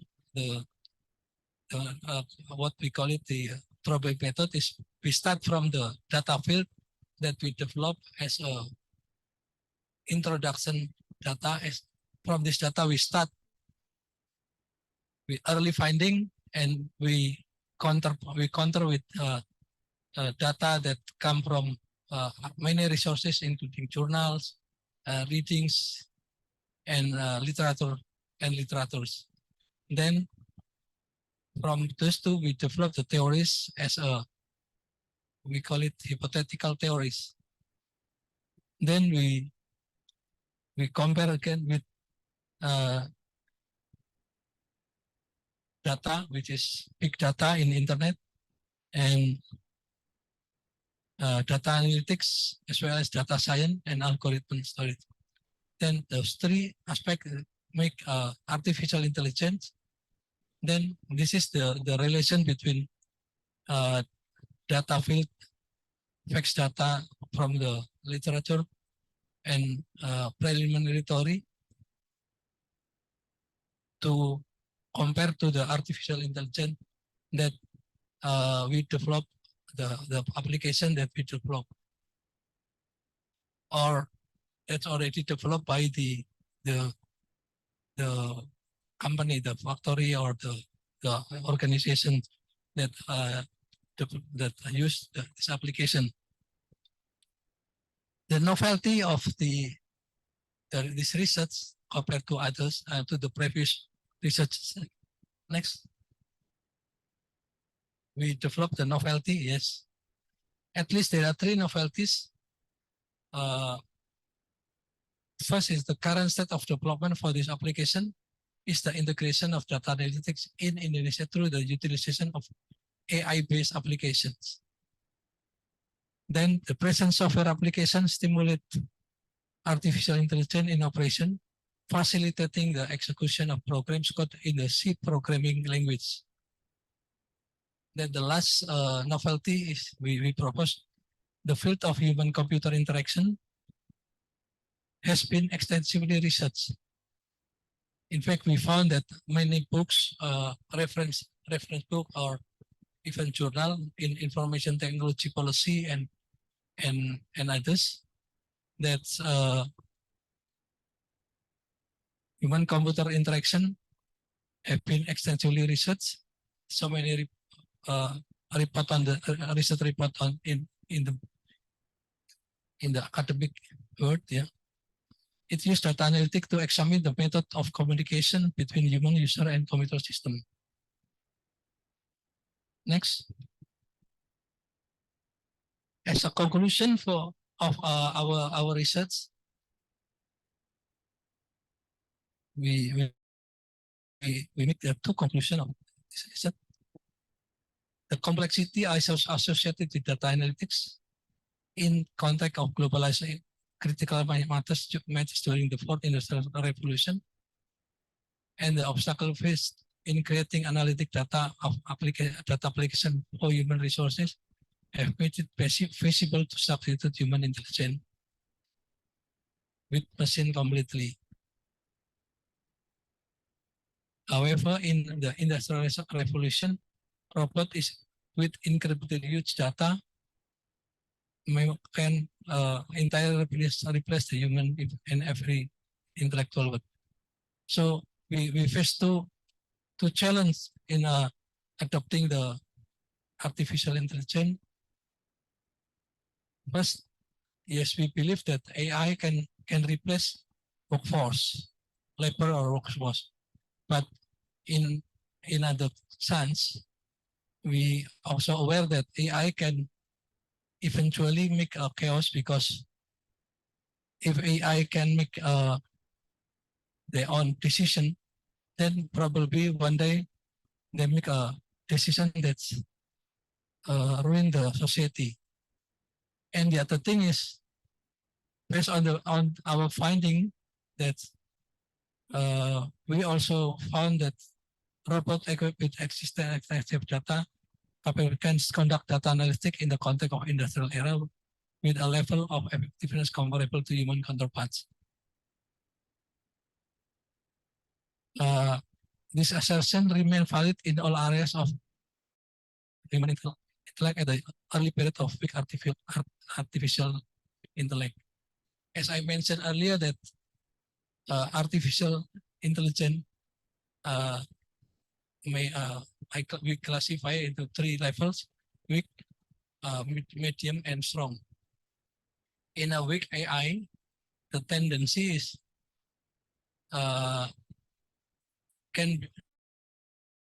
cannot yet replace the workforce intellect. So in our experiment in a steel industry, we cannot rely 100% on robotic, but we still use the judgment from a human being judgment. So the AIs become a complement of the human judgment. But in a very complex system that human being relatively slow in making decision, then a strong AI will replace completely the incapability of the human factor. That's our conclusion. Thank you.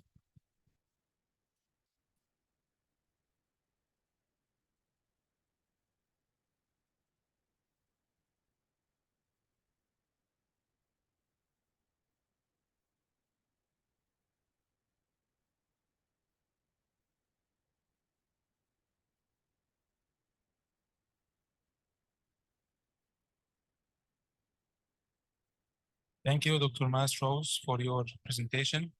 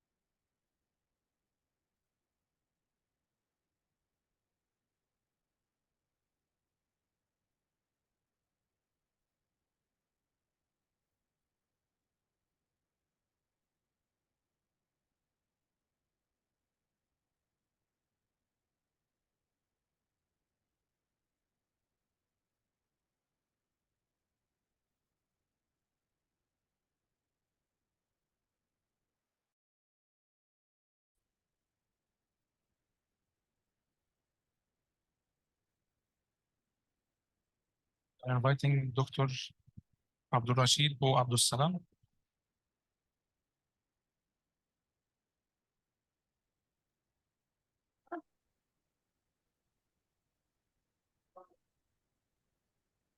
Abdul Rashid. Are you hearing me? Yes. Good. Good evening from here. Just Dr. Abdul Rashid, just 1 minute. I will just say your biography, then you can continue. Okay. Okay. Dr. Abdul Rashid received the bachelor degree from Faculty of Education, Al-Azhar University in Egypt, and master's degree and PhD from Al Madina International University, Malaysia, 2013 and 2016, respectively, in 2019. He became and associate professor in education, curriculum, and instructions in 2019. He became head of Arabic language department at Islamic University of Paris, Malaysia. He is the author or co-author of more than 30 papers in international refereed journals and more than 20 conferences contributions. Presently is editor-in-chief of Juma Lilia Journal, Islamic University of Paris. He has received several important recognitions to his research career, such like Best Academic Achievement of Doctoral Degree for the year 2017, Al Madina International University, Malaysia. Best Lecturer Award for 2020, Islamic University of Paris, QIPS 2021. Now I invite Dr. Abdul Rashid or Abdul Salam to deliver his speech. And kindly, I ask you, Dr. Abdul Rashid, to conclude your presentation in 6 minutes because we have limited time. Thank you. Okay. Well, permission to share my presentation. Yeah, we are sharing now.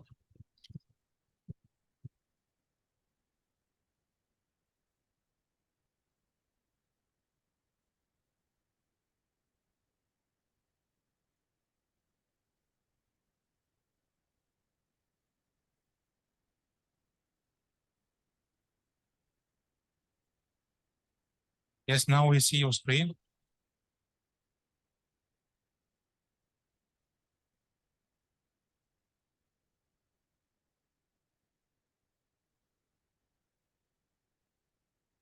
Good evening from here. My name is Dr. Abdul Rashid Abdul Salam. Thank you so much for inviting me and giving me the opportunity to participate in this international conference. Are you hearing me clearly? Yes, we hear you clearly. Okay, the title of my paper is Factors Affecting the Development of Education in Nigeria. So firstly, I would like to say something about Nigeria. Nigeria is one of the countries in West Africa. The Nigeria population is more than 200 million now. So Nigeria has 36 states with different ethics. So abstract of my paper, the main focal point of this research work is to look at the factor that affect development of education in Nigeria, with particular reference to social, political, economic, environmental, and social and cultural factors. The research work also provided the reader how education has been seen by the federal government of Nigeria and how it can use to mold an individual and nation in general positively. Though some of the problems or challenges education faces in Nigeria is stated in this research work. However, the study is largely dependent upon the secondary source of the data, where data from books, projects, journals, and other related documents were consulted. Nevertheless, the location and some geographical feature of the study here are included in this research work. The study ended with some recommendations for boosting or improving and development of the educational system in Nigeria, such as funding, the motivation of the teachers, provision of a guideline, organizing seminar, workshops, conference, and so on. Introduction. Education proves individuals with the knowledge and skills necessary to advance themselves and their nation socially, economically, and politically. Socio-economic factors such as family income level, parent level of education, race, and gender all to influence the quality and availability of education to improve their circumstances. The current Nigerian education structure is based on 934 system, commonly referred to as the Universal Basic Education, UBE. This has been introduced to replace the whole 6334 system introduced in 1983. Education in Nigeria is the shared responsibility of the federal, state, and local governments. According to Nigeria's national policy on education 2004, basic education comprises education given to younger ones within the range of 3 to 15 years, which include pre-primary programs to younger ones of 3 to 5 years, age of between 3 to 5, and 9 years of formal education that is necessary, which consists 6 years of primary, 3 years of junior secondary education in header and academic or technical schools. In order for someone to continue, more choice are available to go either vocation or technical schools. Investment in education means investment in manpower development, political sanity and survival, health and early living, economic progress, social cultural development, environmental protection, and industrialization. There is no gainsaying the above definitions that education is the life wire and the center of all development and the nation building, and assures any type of government, be it military, civilian, or mid, that ignores the rate of educational development of its country, call for national crisis and calamity. In 1980s, however, we saw a decline in the quality of education, with inadequate funding and poor management being the major challenges faced the sector. This decline continued into 1990s, with the many Nigerian students seeking education abroad due to the poor state of the country's education system. But unfortunately, education in Nigeria is beset with mainline of problems, many problems. This included insufficient budget, examination misconduct, teacher strikes, and student riots, and dilapidated infrastructure among others. Now, I would like to state many factors that affecting development of education in Nigeria. Although we have many factors, but with the time and to secure the time, I would like to mention the major factors that affecting development of education in Nigeria, and then I will come to conclusion and the recommendation. Economic factor. How the economic factor affecting development of education in Nigeria. We all know that education is a weapon that is used to change the world. Any country needs to invest in education, not only for imparting knowledge, but for the development of an economy. Countries that are developed economically develop their educational sector and otherwise to the countries with the less economic power. In Nigeria, for example, the education sector has been both length since, especially during civilian rule 1999 to date. Let's go to environmental factor. The environment is restricted, not only climate, but the geographical setting, parents, home, health facilities, schools, social amenities, just mention few. Other factors plays a vital role in education. Conclusively, good environment favors good teacher and learning, which affect the performance of the student and education in general, directly or indirectly, knowingly or unknowingly. Cultural factor.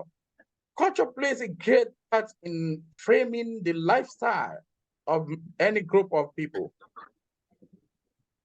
The heterogeneous culture in Nigeria portrays the divergent beliefs prevalent in the general society. Traditionally, educational emphasize the use of the mind, body, and soul. Qualifications of a teacher.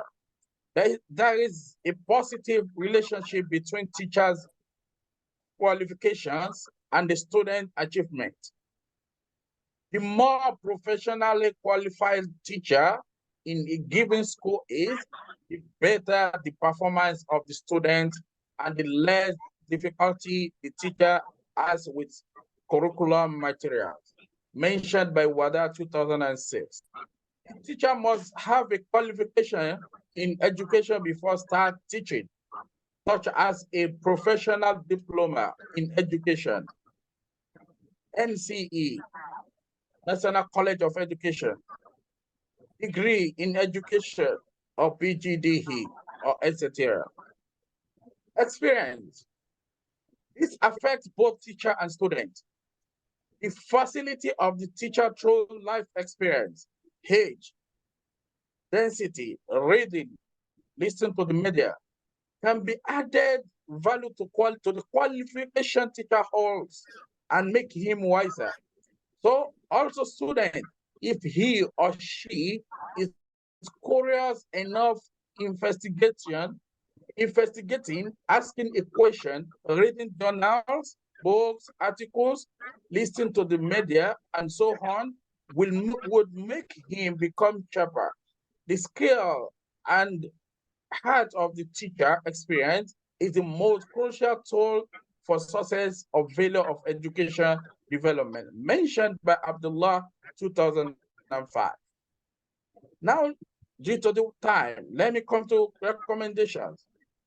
Number one, guidelines should be adopted by the stakeholders, which help in defining rights and obligations, powers, and functions in all education for efficient and effective of the teaching learning processes. Number two, much fund should be put in the educational sector.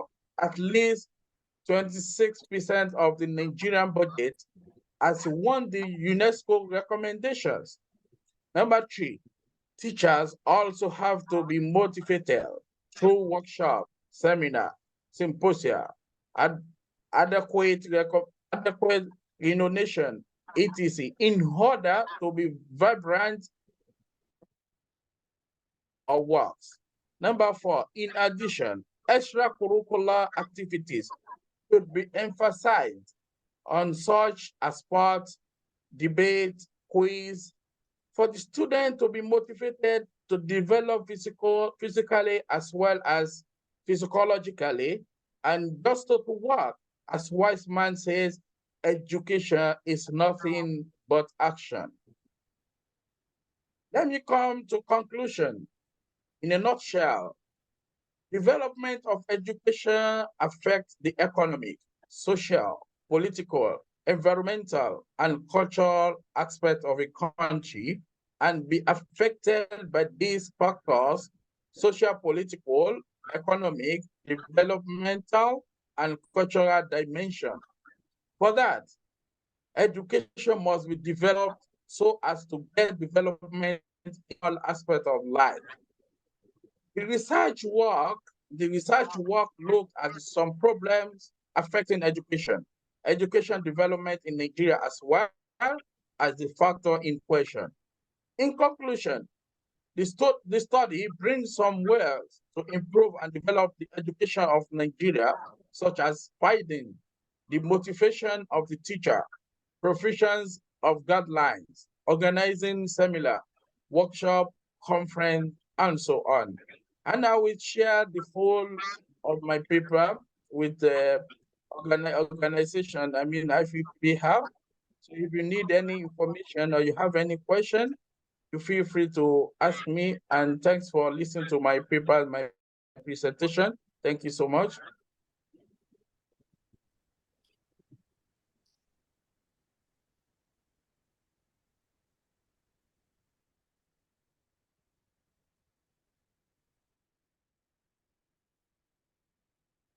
Thank you, Dr. Abdul Rashid, for your presentation. Now I would like to welcome Mr. Abdul Wahab Samad to present the paper titled Determination of the Human Resource Competency Development Goals of Indonesia in the Era of Industrial 4.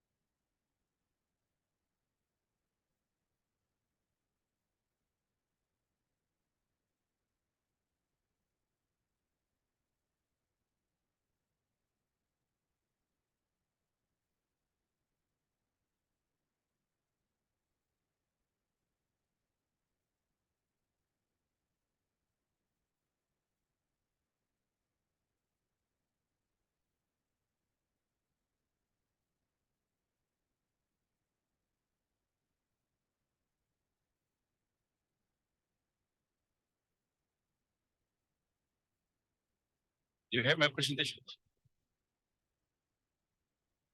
I think already just in the white before here, before the this slide. Can you okay, can you okay, thank you very much. I think I've been standing much better.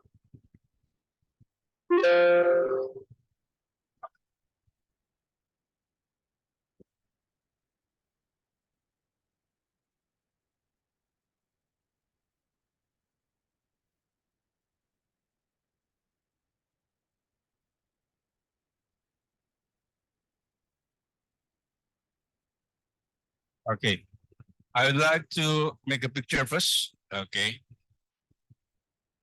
Okay, thank you. Okay, my presentation is about determination of a human resource competency development goals of Indonesia in the era of Industrial 4.0.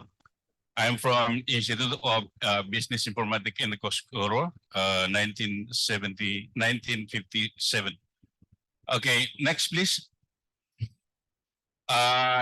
Okay, I'm just trying here to explain what the determination of human research competency in next picture for the Indonesians. So this is my biography. I think I don't have to explain. Another, please. Next slide. Okay, this is also I've been doing many research regarding to human resources in order to publish.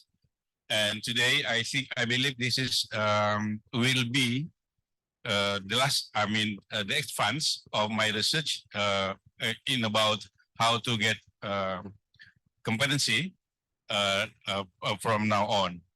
Next. Okay, this is also my presentation regarding to human research, how to develop it. Next. Okay, my papers already published in many kind of publications. Next, please. Okay, this research regarding the uncertain the various factor of the impact, the acquisition of human research competency. Especially the study focus on the role of communications, collaborations, creativity, and innovation. Since we have many, today we have many discussion about the communication collaboration. I think in the first place, today we have discussing about how to do collaboration, to do research in collaboration. So I'm apart from human resources. Please, next.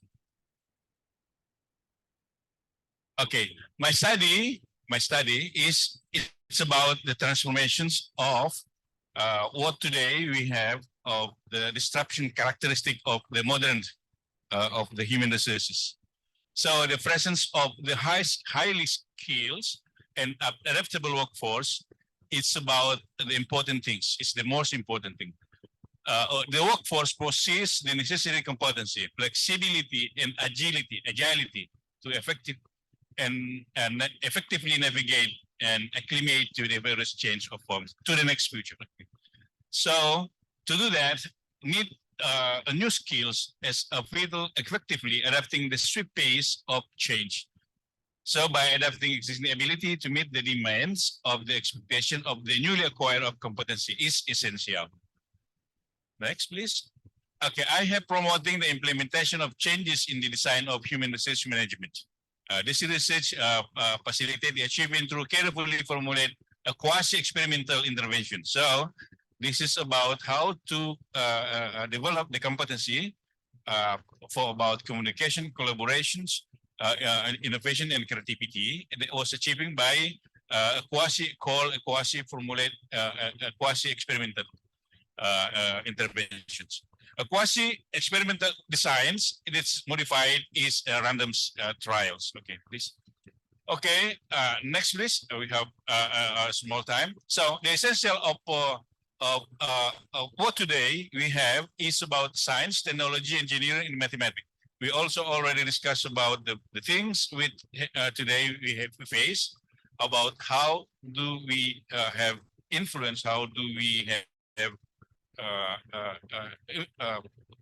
changed by the engineering, technology, and mathematics. After that, we need to have skills, experience, and leadership and competencies. So above the teams, we need to have what we call self. And above the self, we need in about compassionate ability of reflection, ethics, values, and environment. We call EV. Next, please. Okay, this is the state of art. What kind of gap of my research? This is about Indonesian National Qualification Framework, how the Indonesians measure their competency as according to the President degree. It's about number 8, year 2012.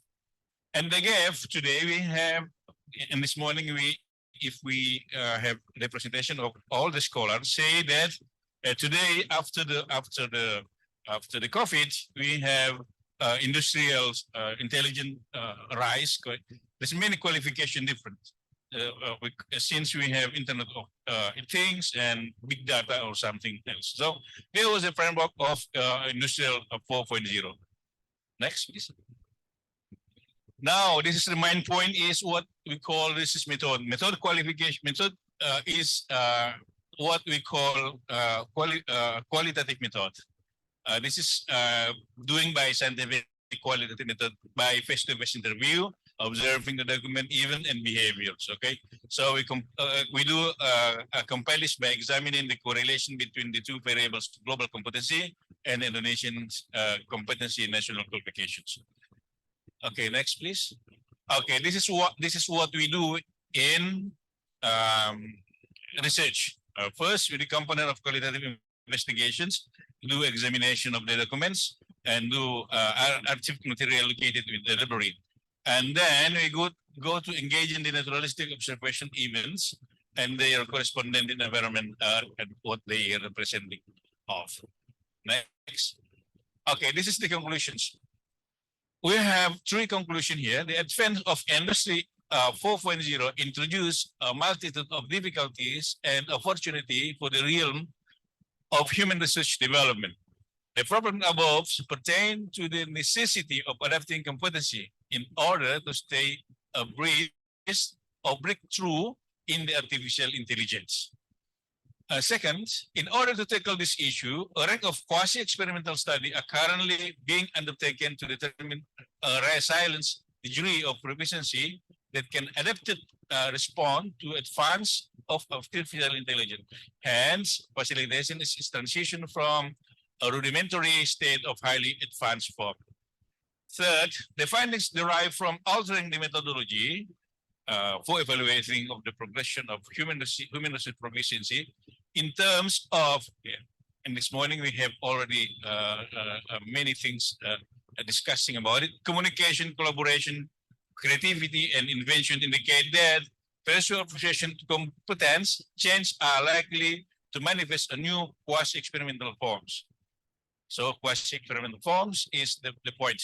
Therefore, crucial to adopt a proactive approach to adequate plan to anticipate these changes in manage the rising level of demand properly. I think this is my presentation. Thank you.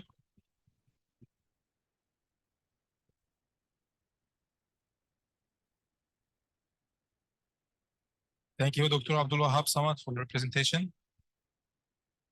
I would like to welcome Mr. Wiruj to present the paper titled Paladinism, Architecture in Thailand, its Meaning and Evolution.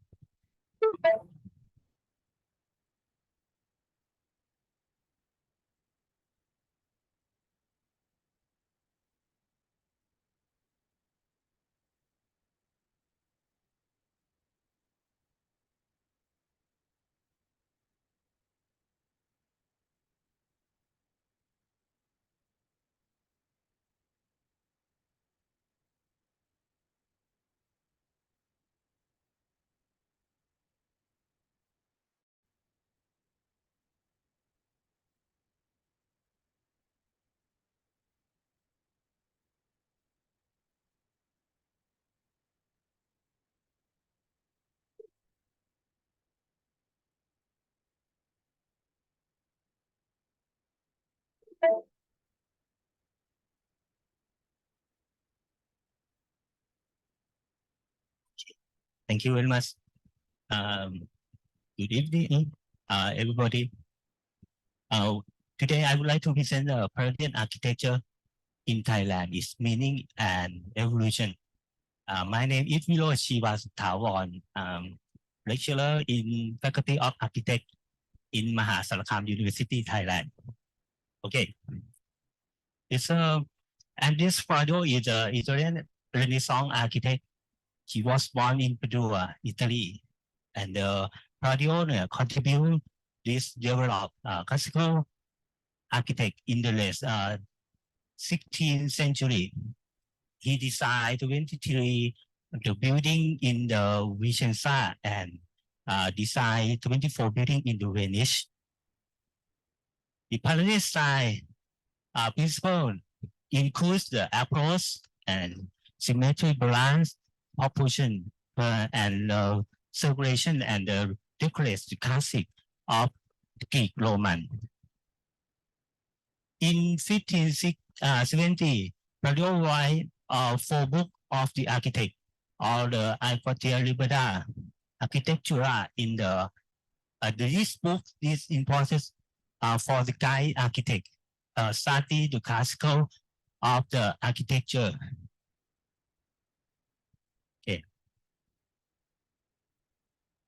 The luxury and classic of Palladian architecture has become famous and popular style in many areas of the Europe and America, including Southeast Asia.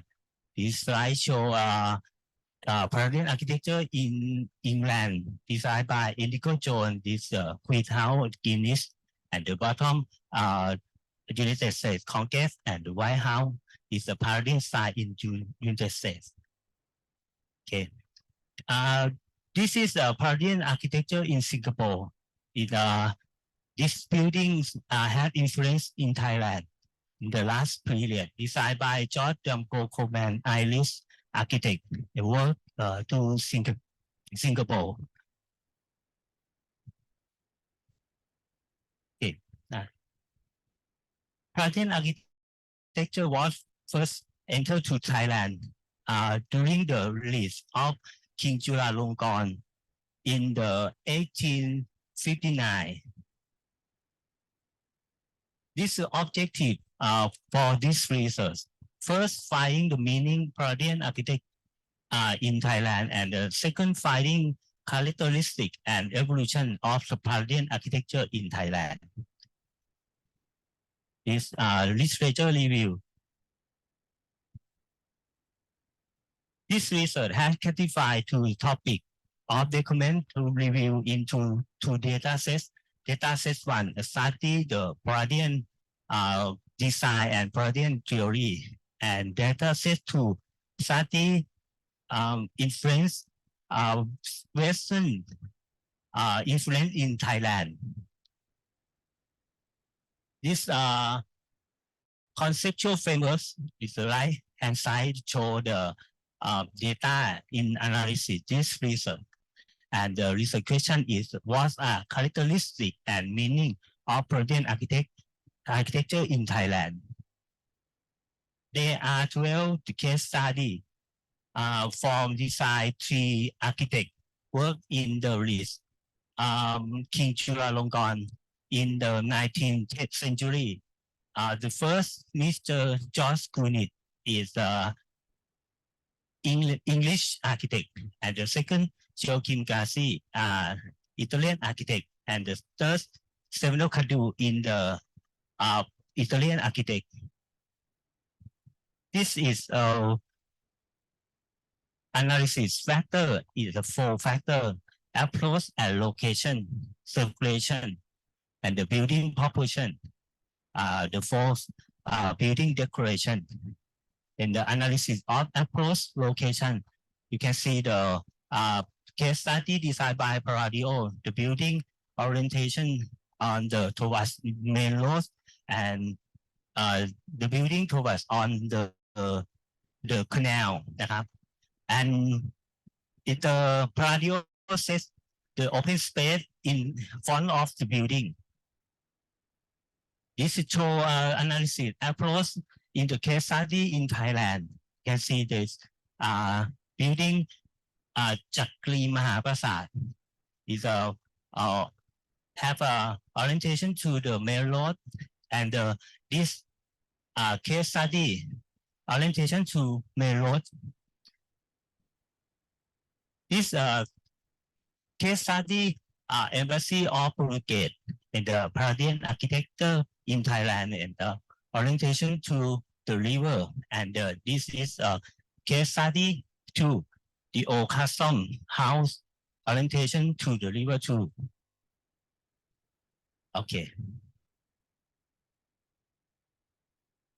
Analysis of the population. This research have the 2 patterns, and the pattern 1 planning that's emphasize to use the classic proportion. And you can see this case study designed by Andres Palladio, Villa Barbaro in Treviso is Italian. You can see the Palladio designed 5 parts and emphasize to 3 parts. Palladio emphasize the main hall is main building. And this case study in Thailand, Patinang Chakri Mahaprasad, is a similar design proportion based on Palladian design. And the pattern 2, the planning that do not consider to use the classic proportion is a case study in Thailand. Joachim Gassi adjusts the floor plan from the complete rectangular, arrange the building, the road in the north. And the 3, analysis of the circulation. You can see the main hall is the focus point in the building. The main hall is a center for the circulation to the function in the left and the right. This is use the circulation of the building in analysis in Thailand. And the 4, analysis of the building decoration. This research is show decoration in the pediment. The pediment is the element on the top of the building. This is a pediment acropolis in the Athens. You can see the decorate in pediment the story of the god. And this Palladio design in the Italy, in the villa of Palladio. In Thailand, decorates the pediment and the chain to in the ambient of Siam and in the symbol of the king. This is represent to the power of the king and represent the civilization and the luxury in the building. In the conclusions, architectural meaning, Palladian architecture in Thailand represent to the luxury, elegance, and civilization and the power of the king. And the evolution of architecture. The Palladian architecture in Thailand reflects the knowledge of the classic Western architecture, but the Western architect was applied Palladio principle to the use pattern in context environment of Thailand. Okay, thank you very much.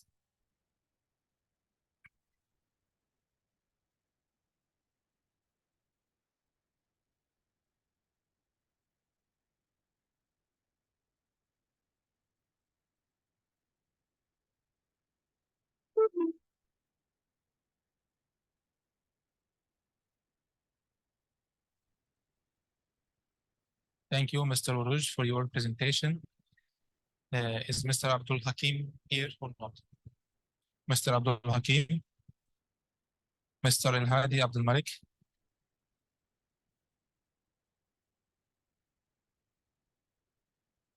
Only ladies. Okay.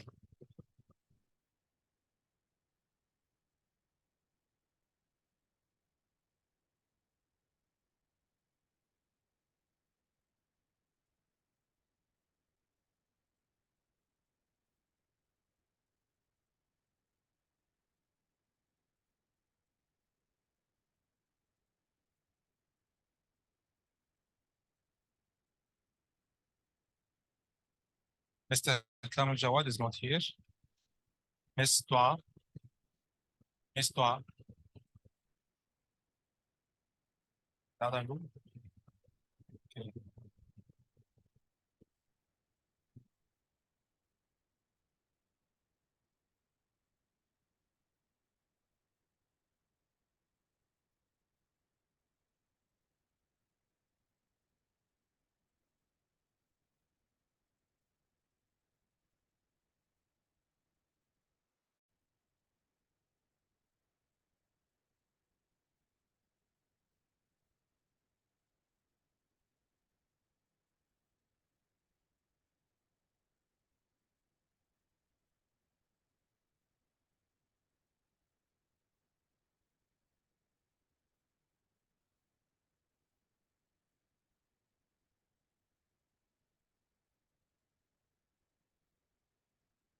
Okay, now we will move to the other hall till they finish their presentations.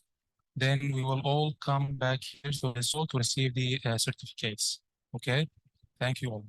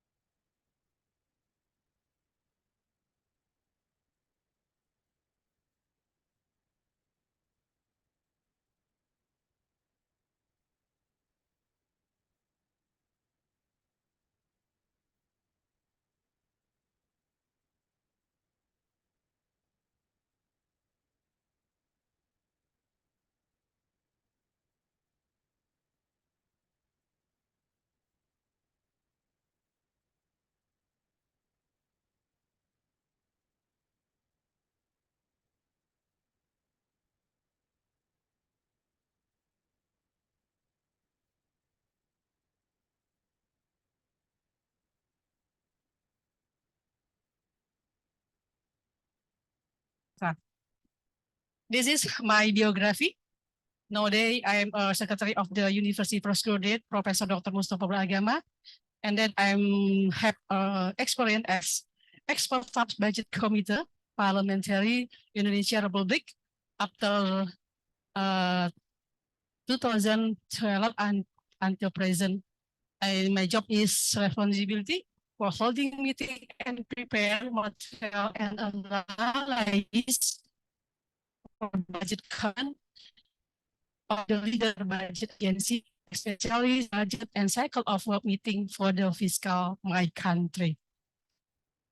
My background education and PhD or doctorate from Universitas Negeri Jakarta and alumni from 2016. Next.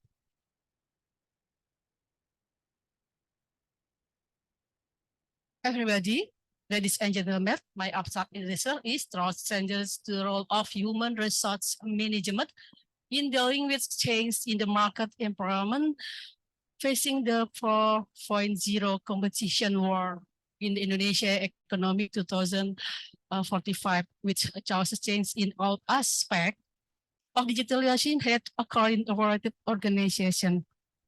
The purpose of this study is to conduct a study of the opportunities and challenges facing cooperative in the industry era 4.0. The alternative also call for business intelligence in evaluating high-tech development in interest of knowledge relating to design and innovation, as well as information collected from the behavior of suppliers and customers, which will be continuous transmit in industry 4.0. Next. Ladies and gentlemen, next, my abstract is the research method. The research method was used, the study was the problematic approach, which involves in the examination of causal relationship listening to information from variety of party and discovery of qualitative. According to finding of the study, the formation of cooperative in Indonesia has yet to reach its full potential and still need to be changed in terms of planning and funding. This breakthrough will become the foundation on which the Indonesian economy will be built up. This track is now, but it's 2045 to attain economic goal based operated in board because of different want to confidence regarding their place in high collaboration that is mutually advantage for both the supplier and customer. Introduction is please next. I know that our country, Indonesia, for next year, about 2045, vision aim to achieve the self-governing, progressive, equitable, and prosperous Indonesia. And you know that Indonesia project to continue to make success in the field of cooperative.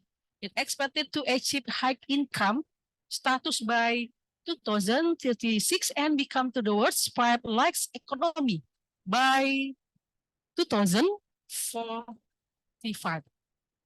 And then to achieve Indonesia 2045 vision from 2060 to 2045, it's a project that economic will at average annualized rate of 5.7% per year.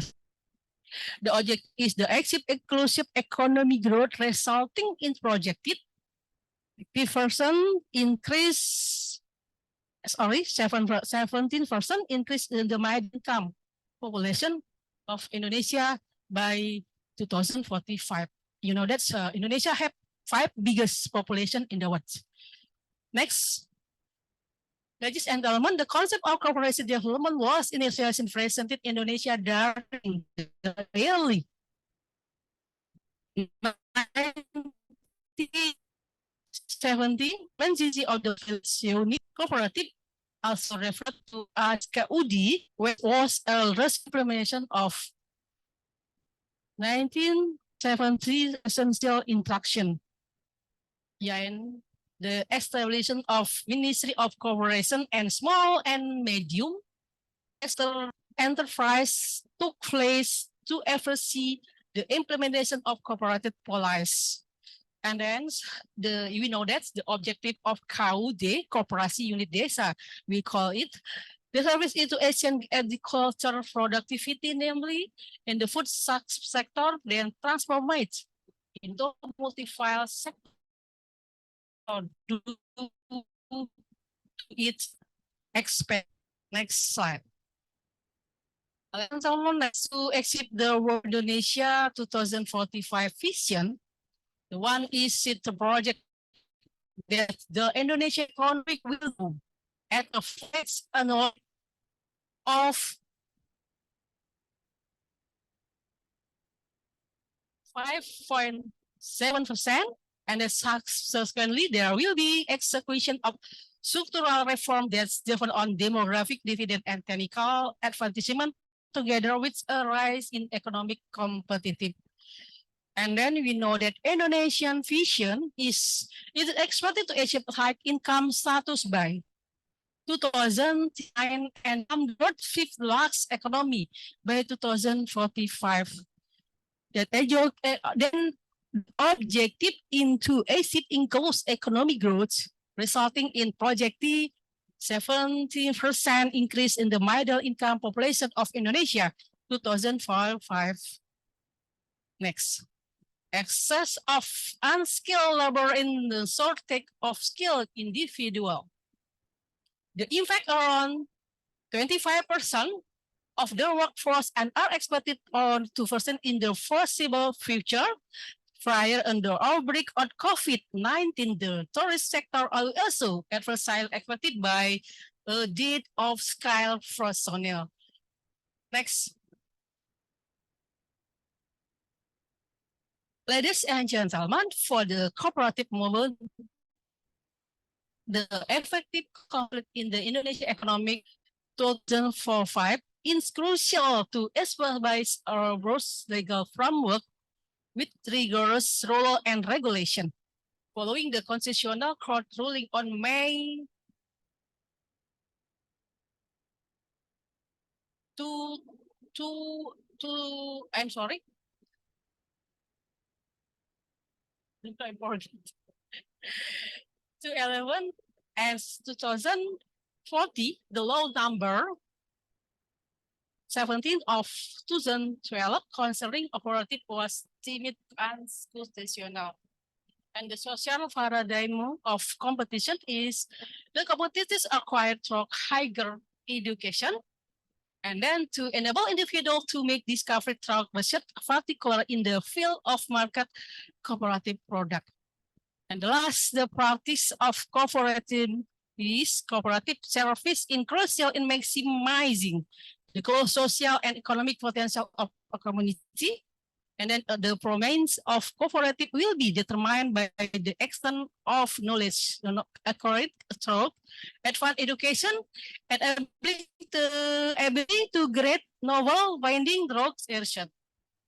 And next.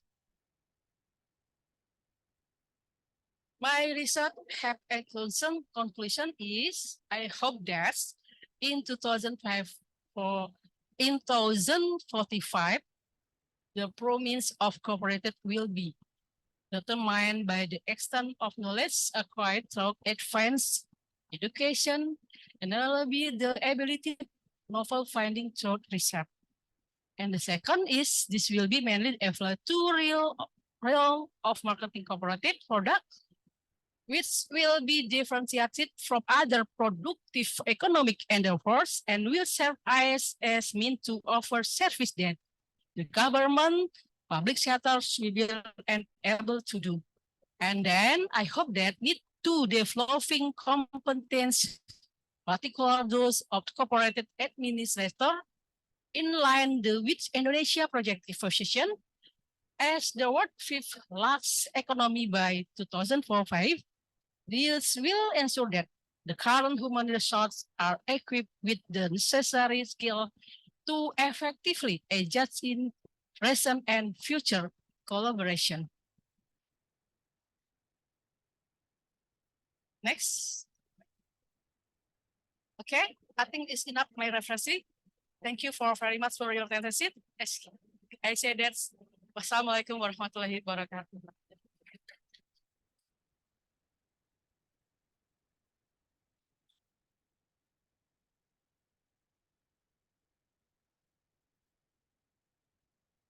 Thank you, Dr. Zahira, for your presentation. We will just wait a bit till the other participants to join us from the other hall. They are about to finish as well. And then we will give the certificates and we will make a fast quiz and we will give some gifts.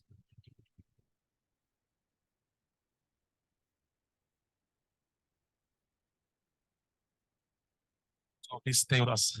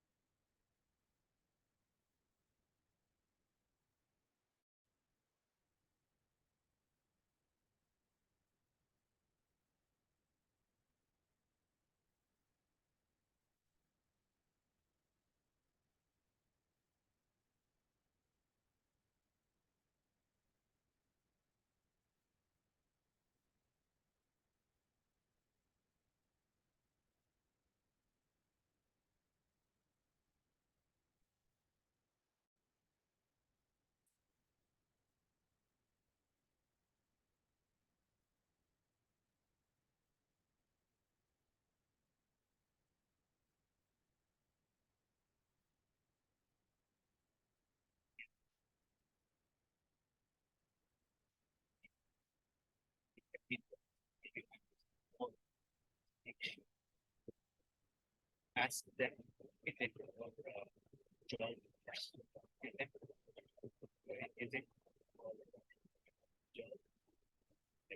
individual of the institution.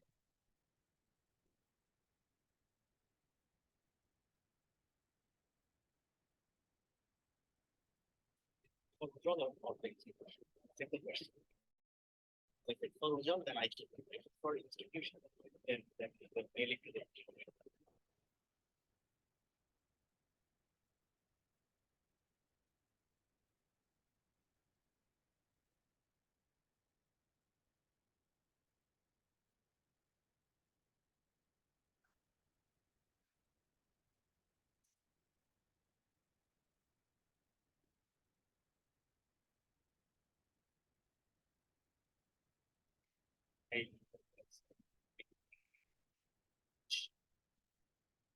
That's exactly what I think is very struggling.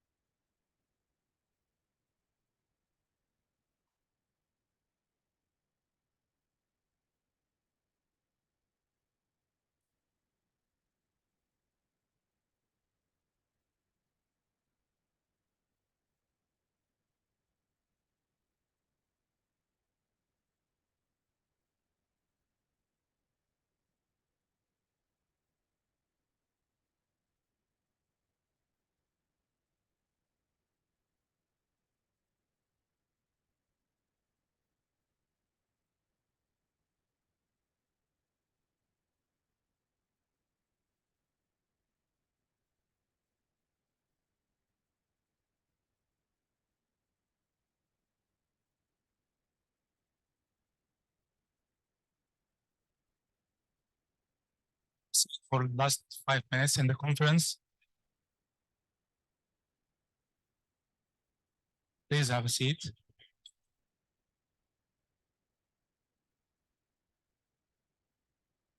Ladies and gentlemen, welcome to the ICRTMDR Conference Surprise Quiz. We have got an exciting and engaging activity lined up for you all today. As you know, IFERP is committed to promoting research and innovation, and we are thrilled to announce a special surprise for our conference participants today. We have a fun and intellectually stimulating quiz prepared for you. And the best part is the winners will receive a fantastic prize. The prize is a one-year IFERP premium membership. So get ready to test your knowledge and compete for this valuable membership that will provide you exclusive benefits and access to a wealth of resources.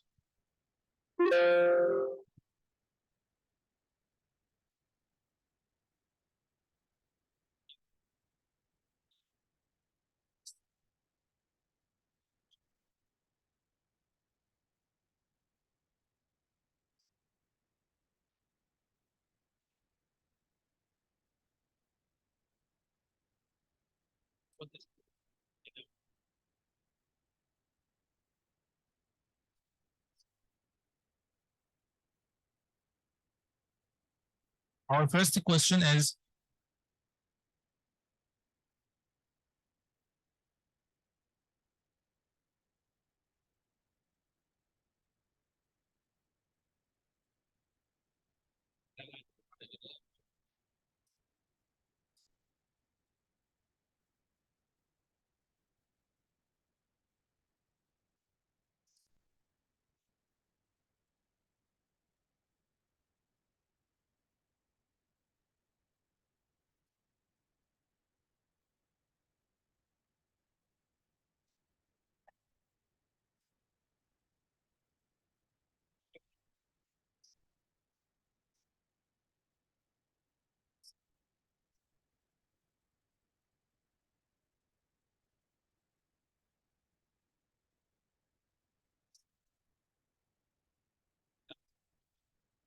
now the first question in the quiz.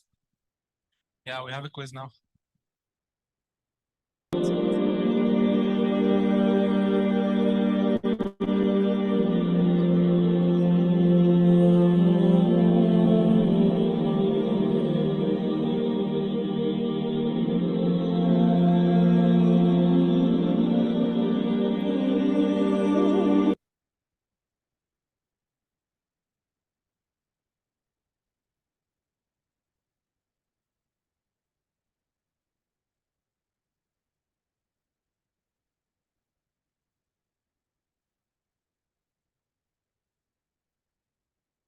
Yes. The choices are A, qualitative research, B, case study analysis, C, educational impact assessment, D, quantitative research. If you want to answer, just please raise your hand. A or B or C or D.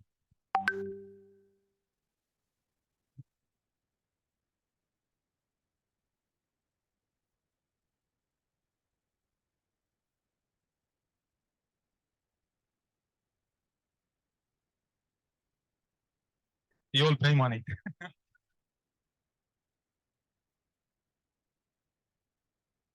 The price is 1 year IFERP premium membership.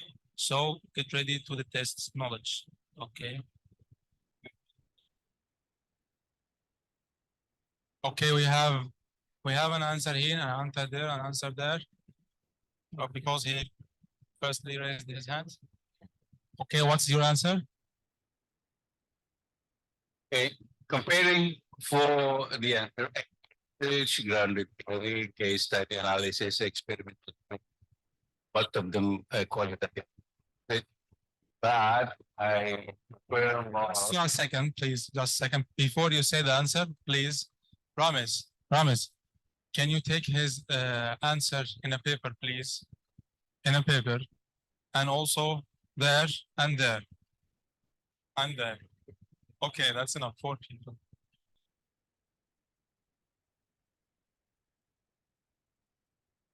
Okay. But we can have multiple correct answers. And we have only one certificate for every question.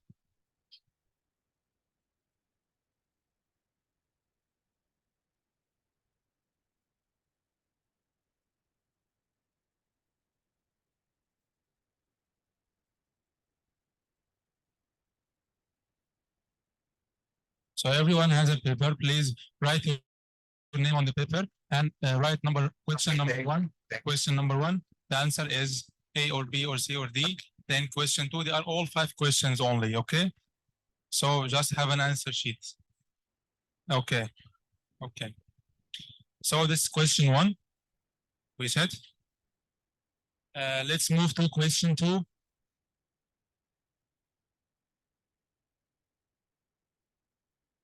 What research methodology emphasizes studying the underlying causes and effects of specific business problems or scenarios? A, action research. B, case study analysis. C, grounded theory. D, experimental research. Next question.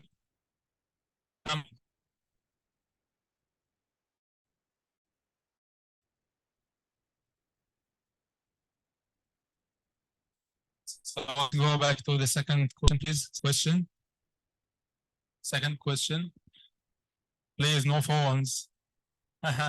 No cheating.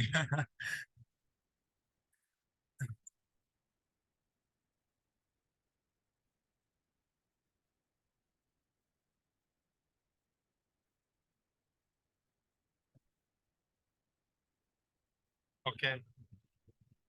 Question number two, please. Okay. Yeah, this is question number two. What research methodology emphasizes studying the underlying causes and effects of specific business problems or scenarios? A, action research. B, case study analysis. C, grounded theory. D, experimental research.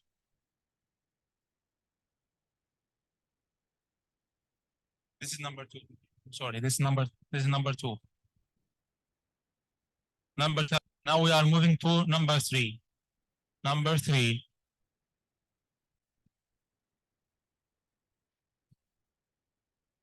Question number three. Yes. What emerging field in engineering focuses on creating technology that can perform tasks and typically require human intelligence, such as problem solving and decision making? A, quantum computing. B, robotics. C, materials science. D, cybersecurity engineering. Please note down your answers. We'll move to the next question. Okay, next question, number 4.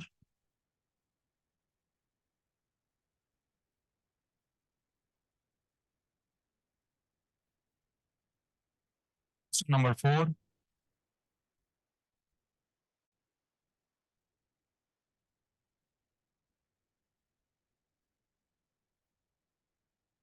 What research method involves gathering data by observing and interacting with individuals or groups within an organization to understand organizational behavior?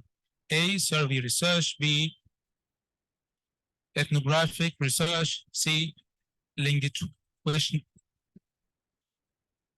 longitudinal study.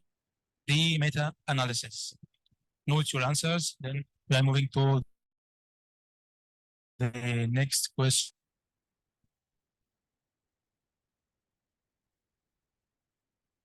Number 5, question number 5. This field explores the integration of engineering with aspects of biology, particularly the creation of artificial body parts of all organs. A. Nanotechnology. B. Biotechnology. C. Tissue engineering. D. Genetic engineering.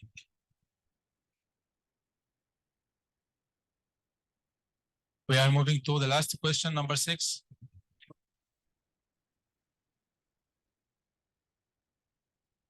What area of research focuses on the examination and improvement of teaching methodologies to enhance student engagement and learning outcomes? A. Either pedagogical innovation. B. Curriculum development. C. Instructional design analysis. D. Educational technology integration.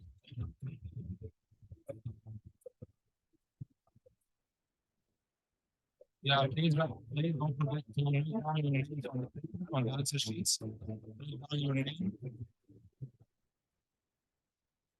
And please, in every table, just collect your papers with one. Right.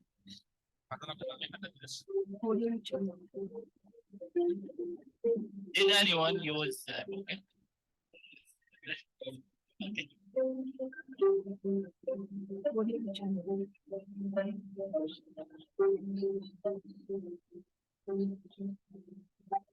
It's done, Dr. Ammar. No way.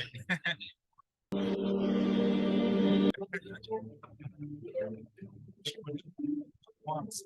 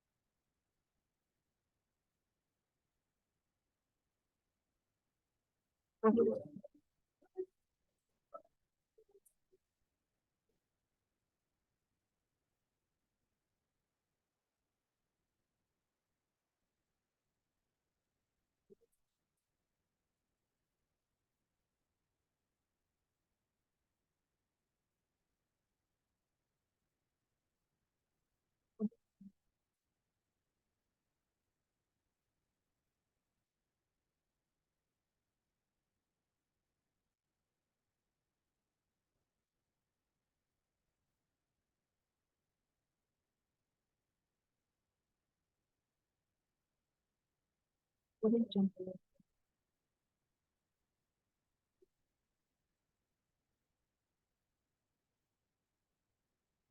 Audio Jungle. Audio Jungle.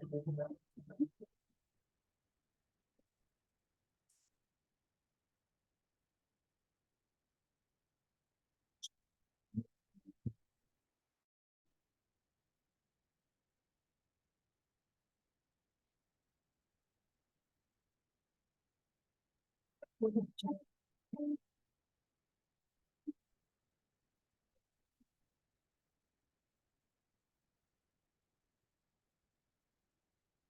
Audio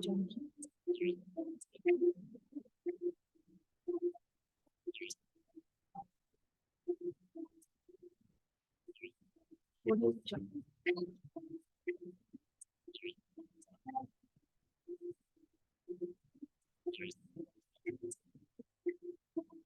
Audio Jungle.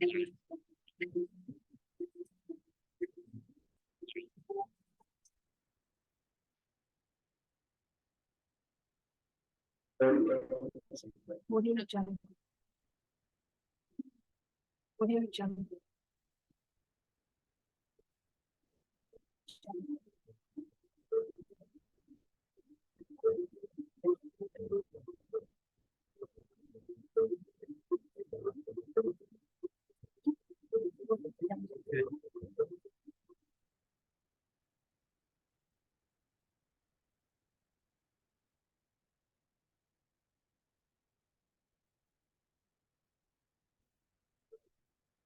Dr. Nagin Bakhti and Dr. Oscar Sare and Dr. Marsha Famri. We will give the certificates now.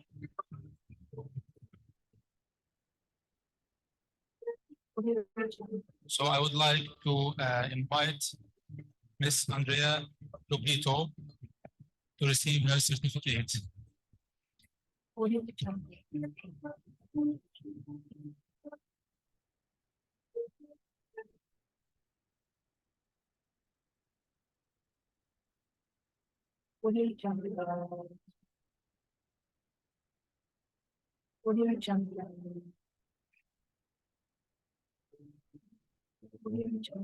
Another certificate for student Lupito.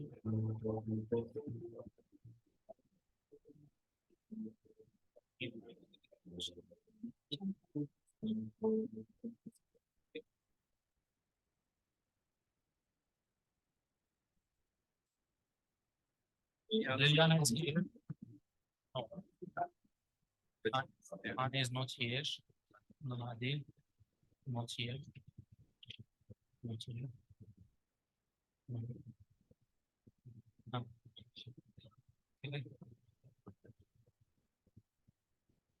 Dr. Abdullah is here or not? Okay.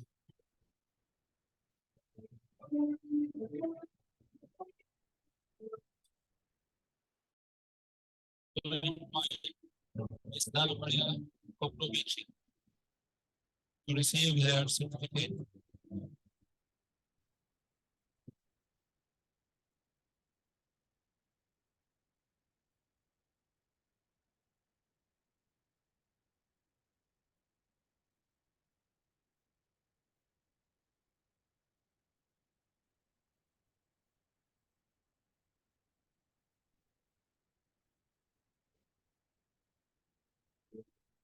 I would like to invite to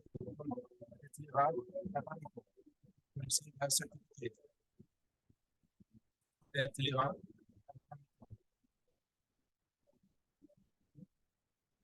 Miss Flavia.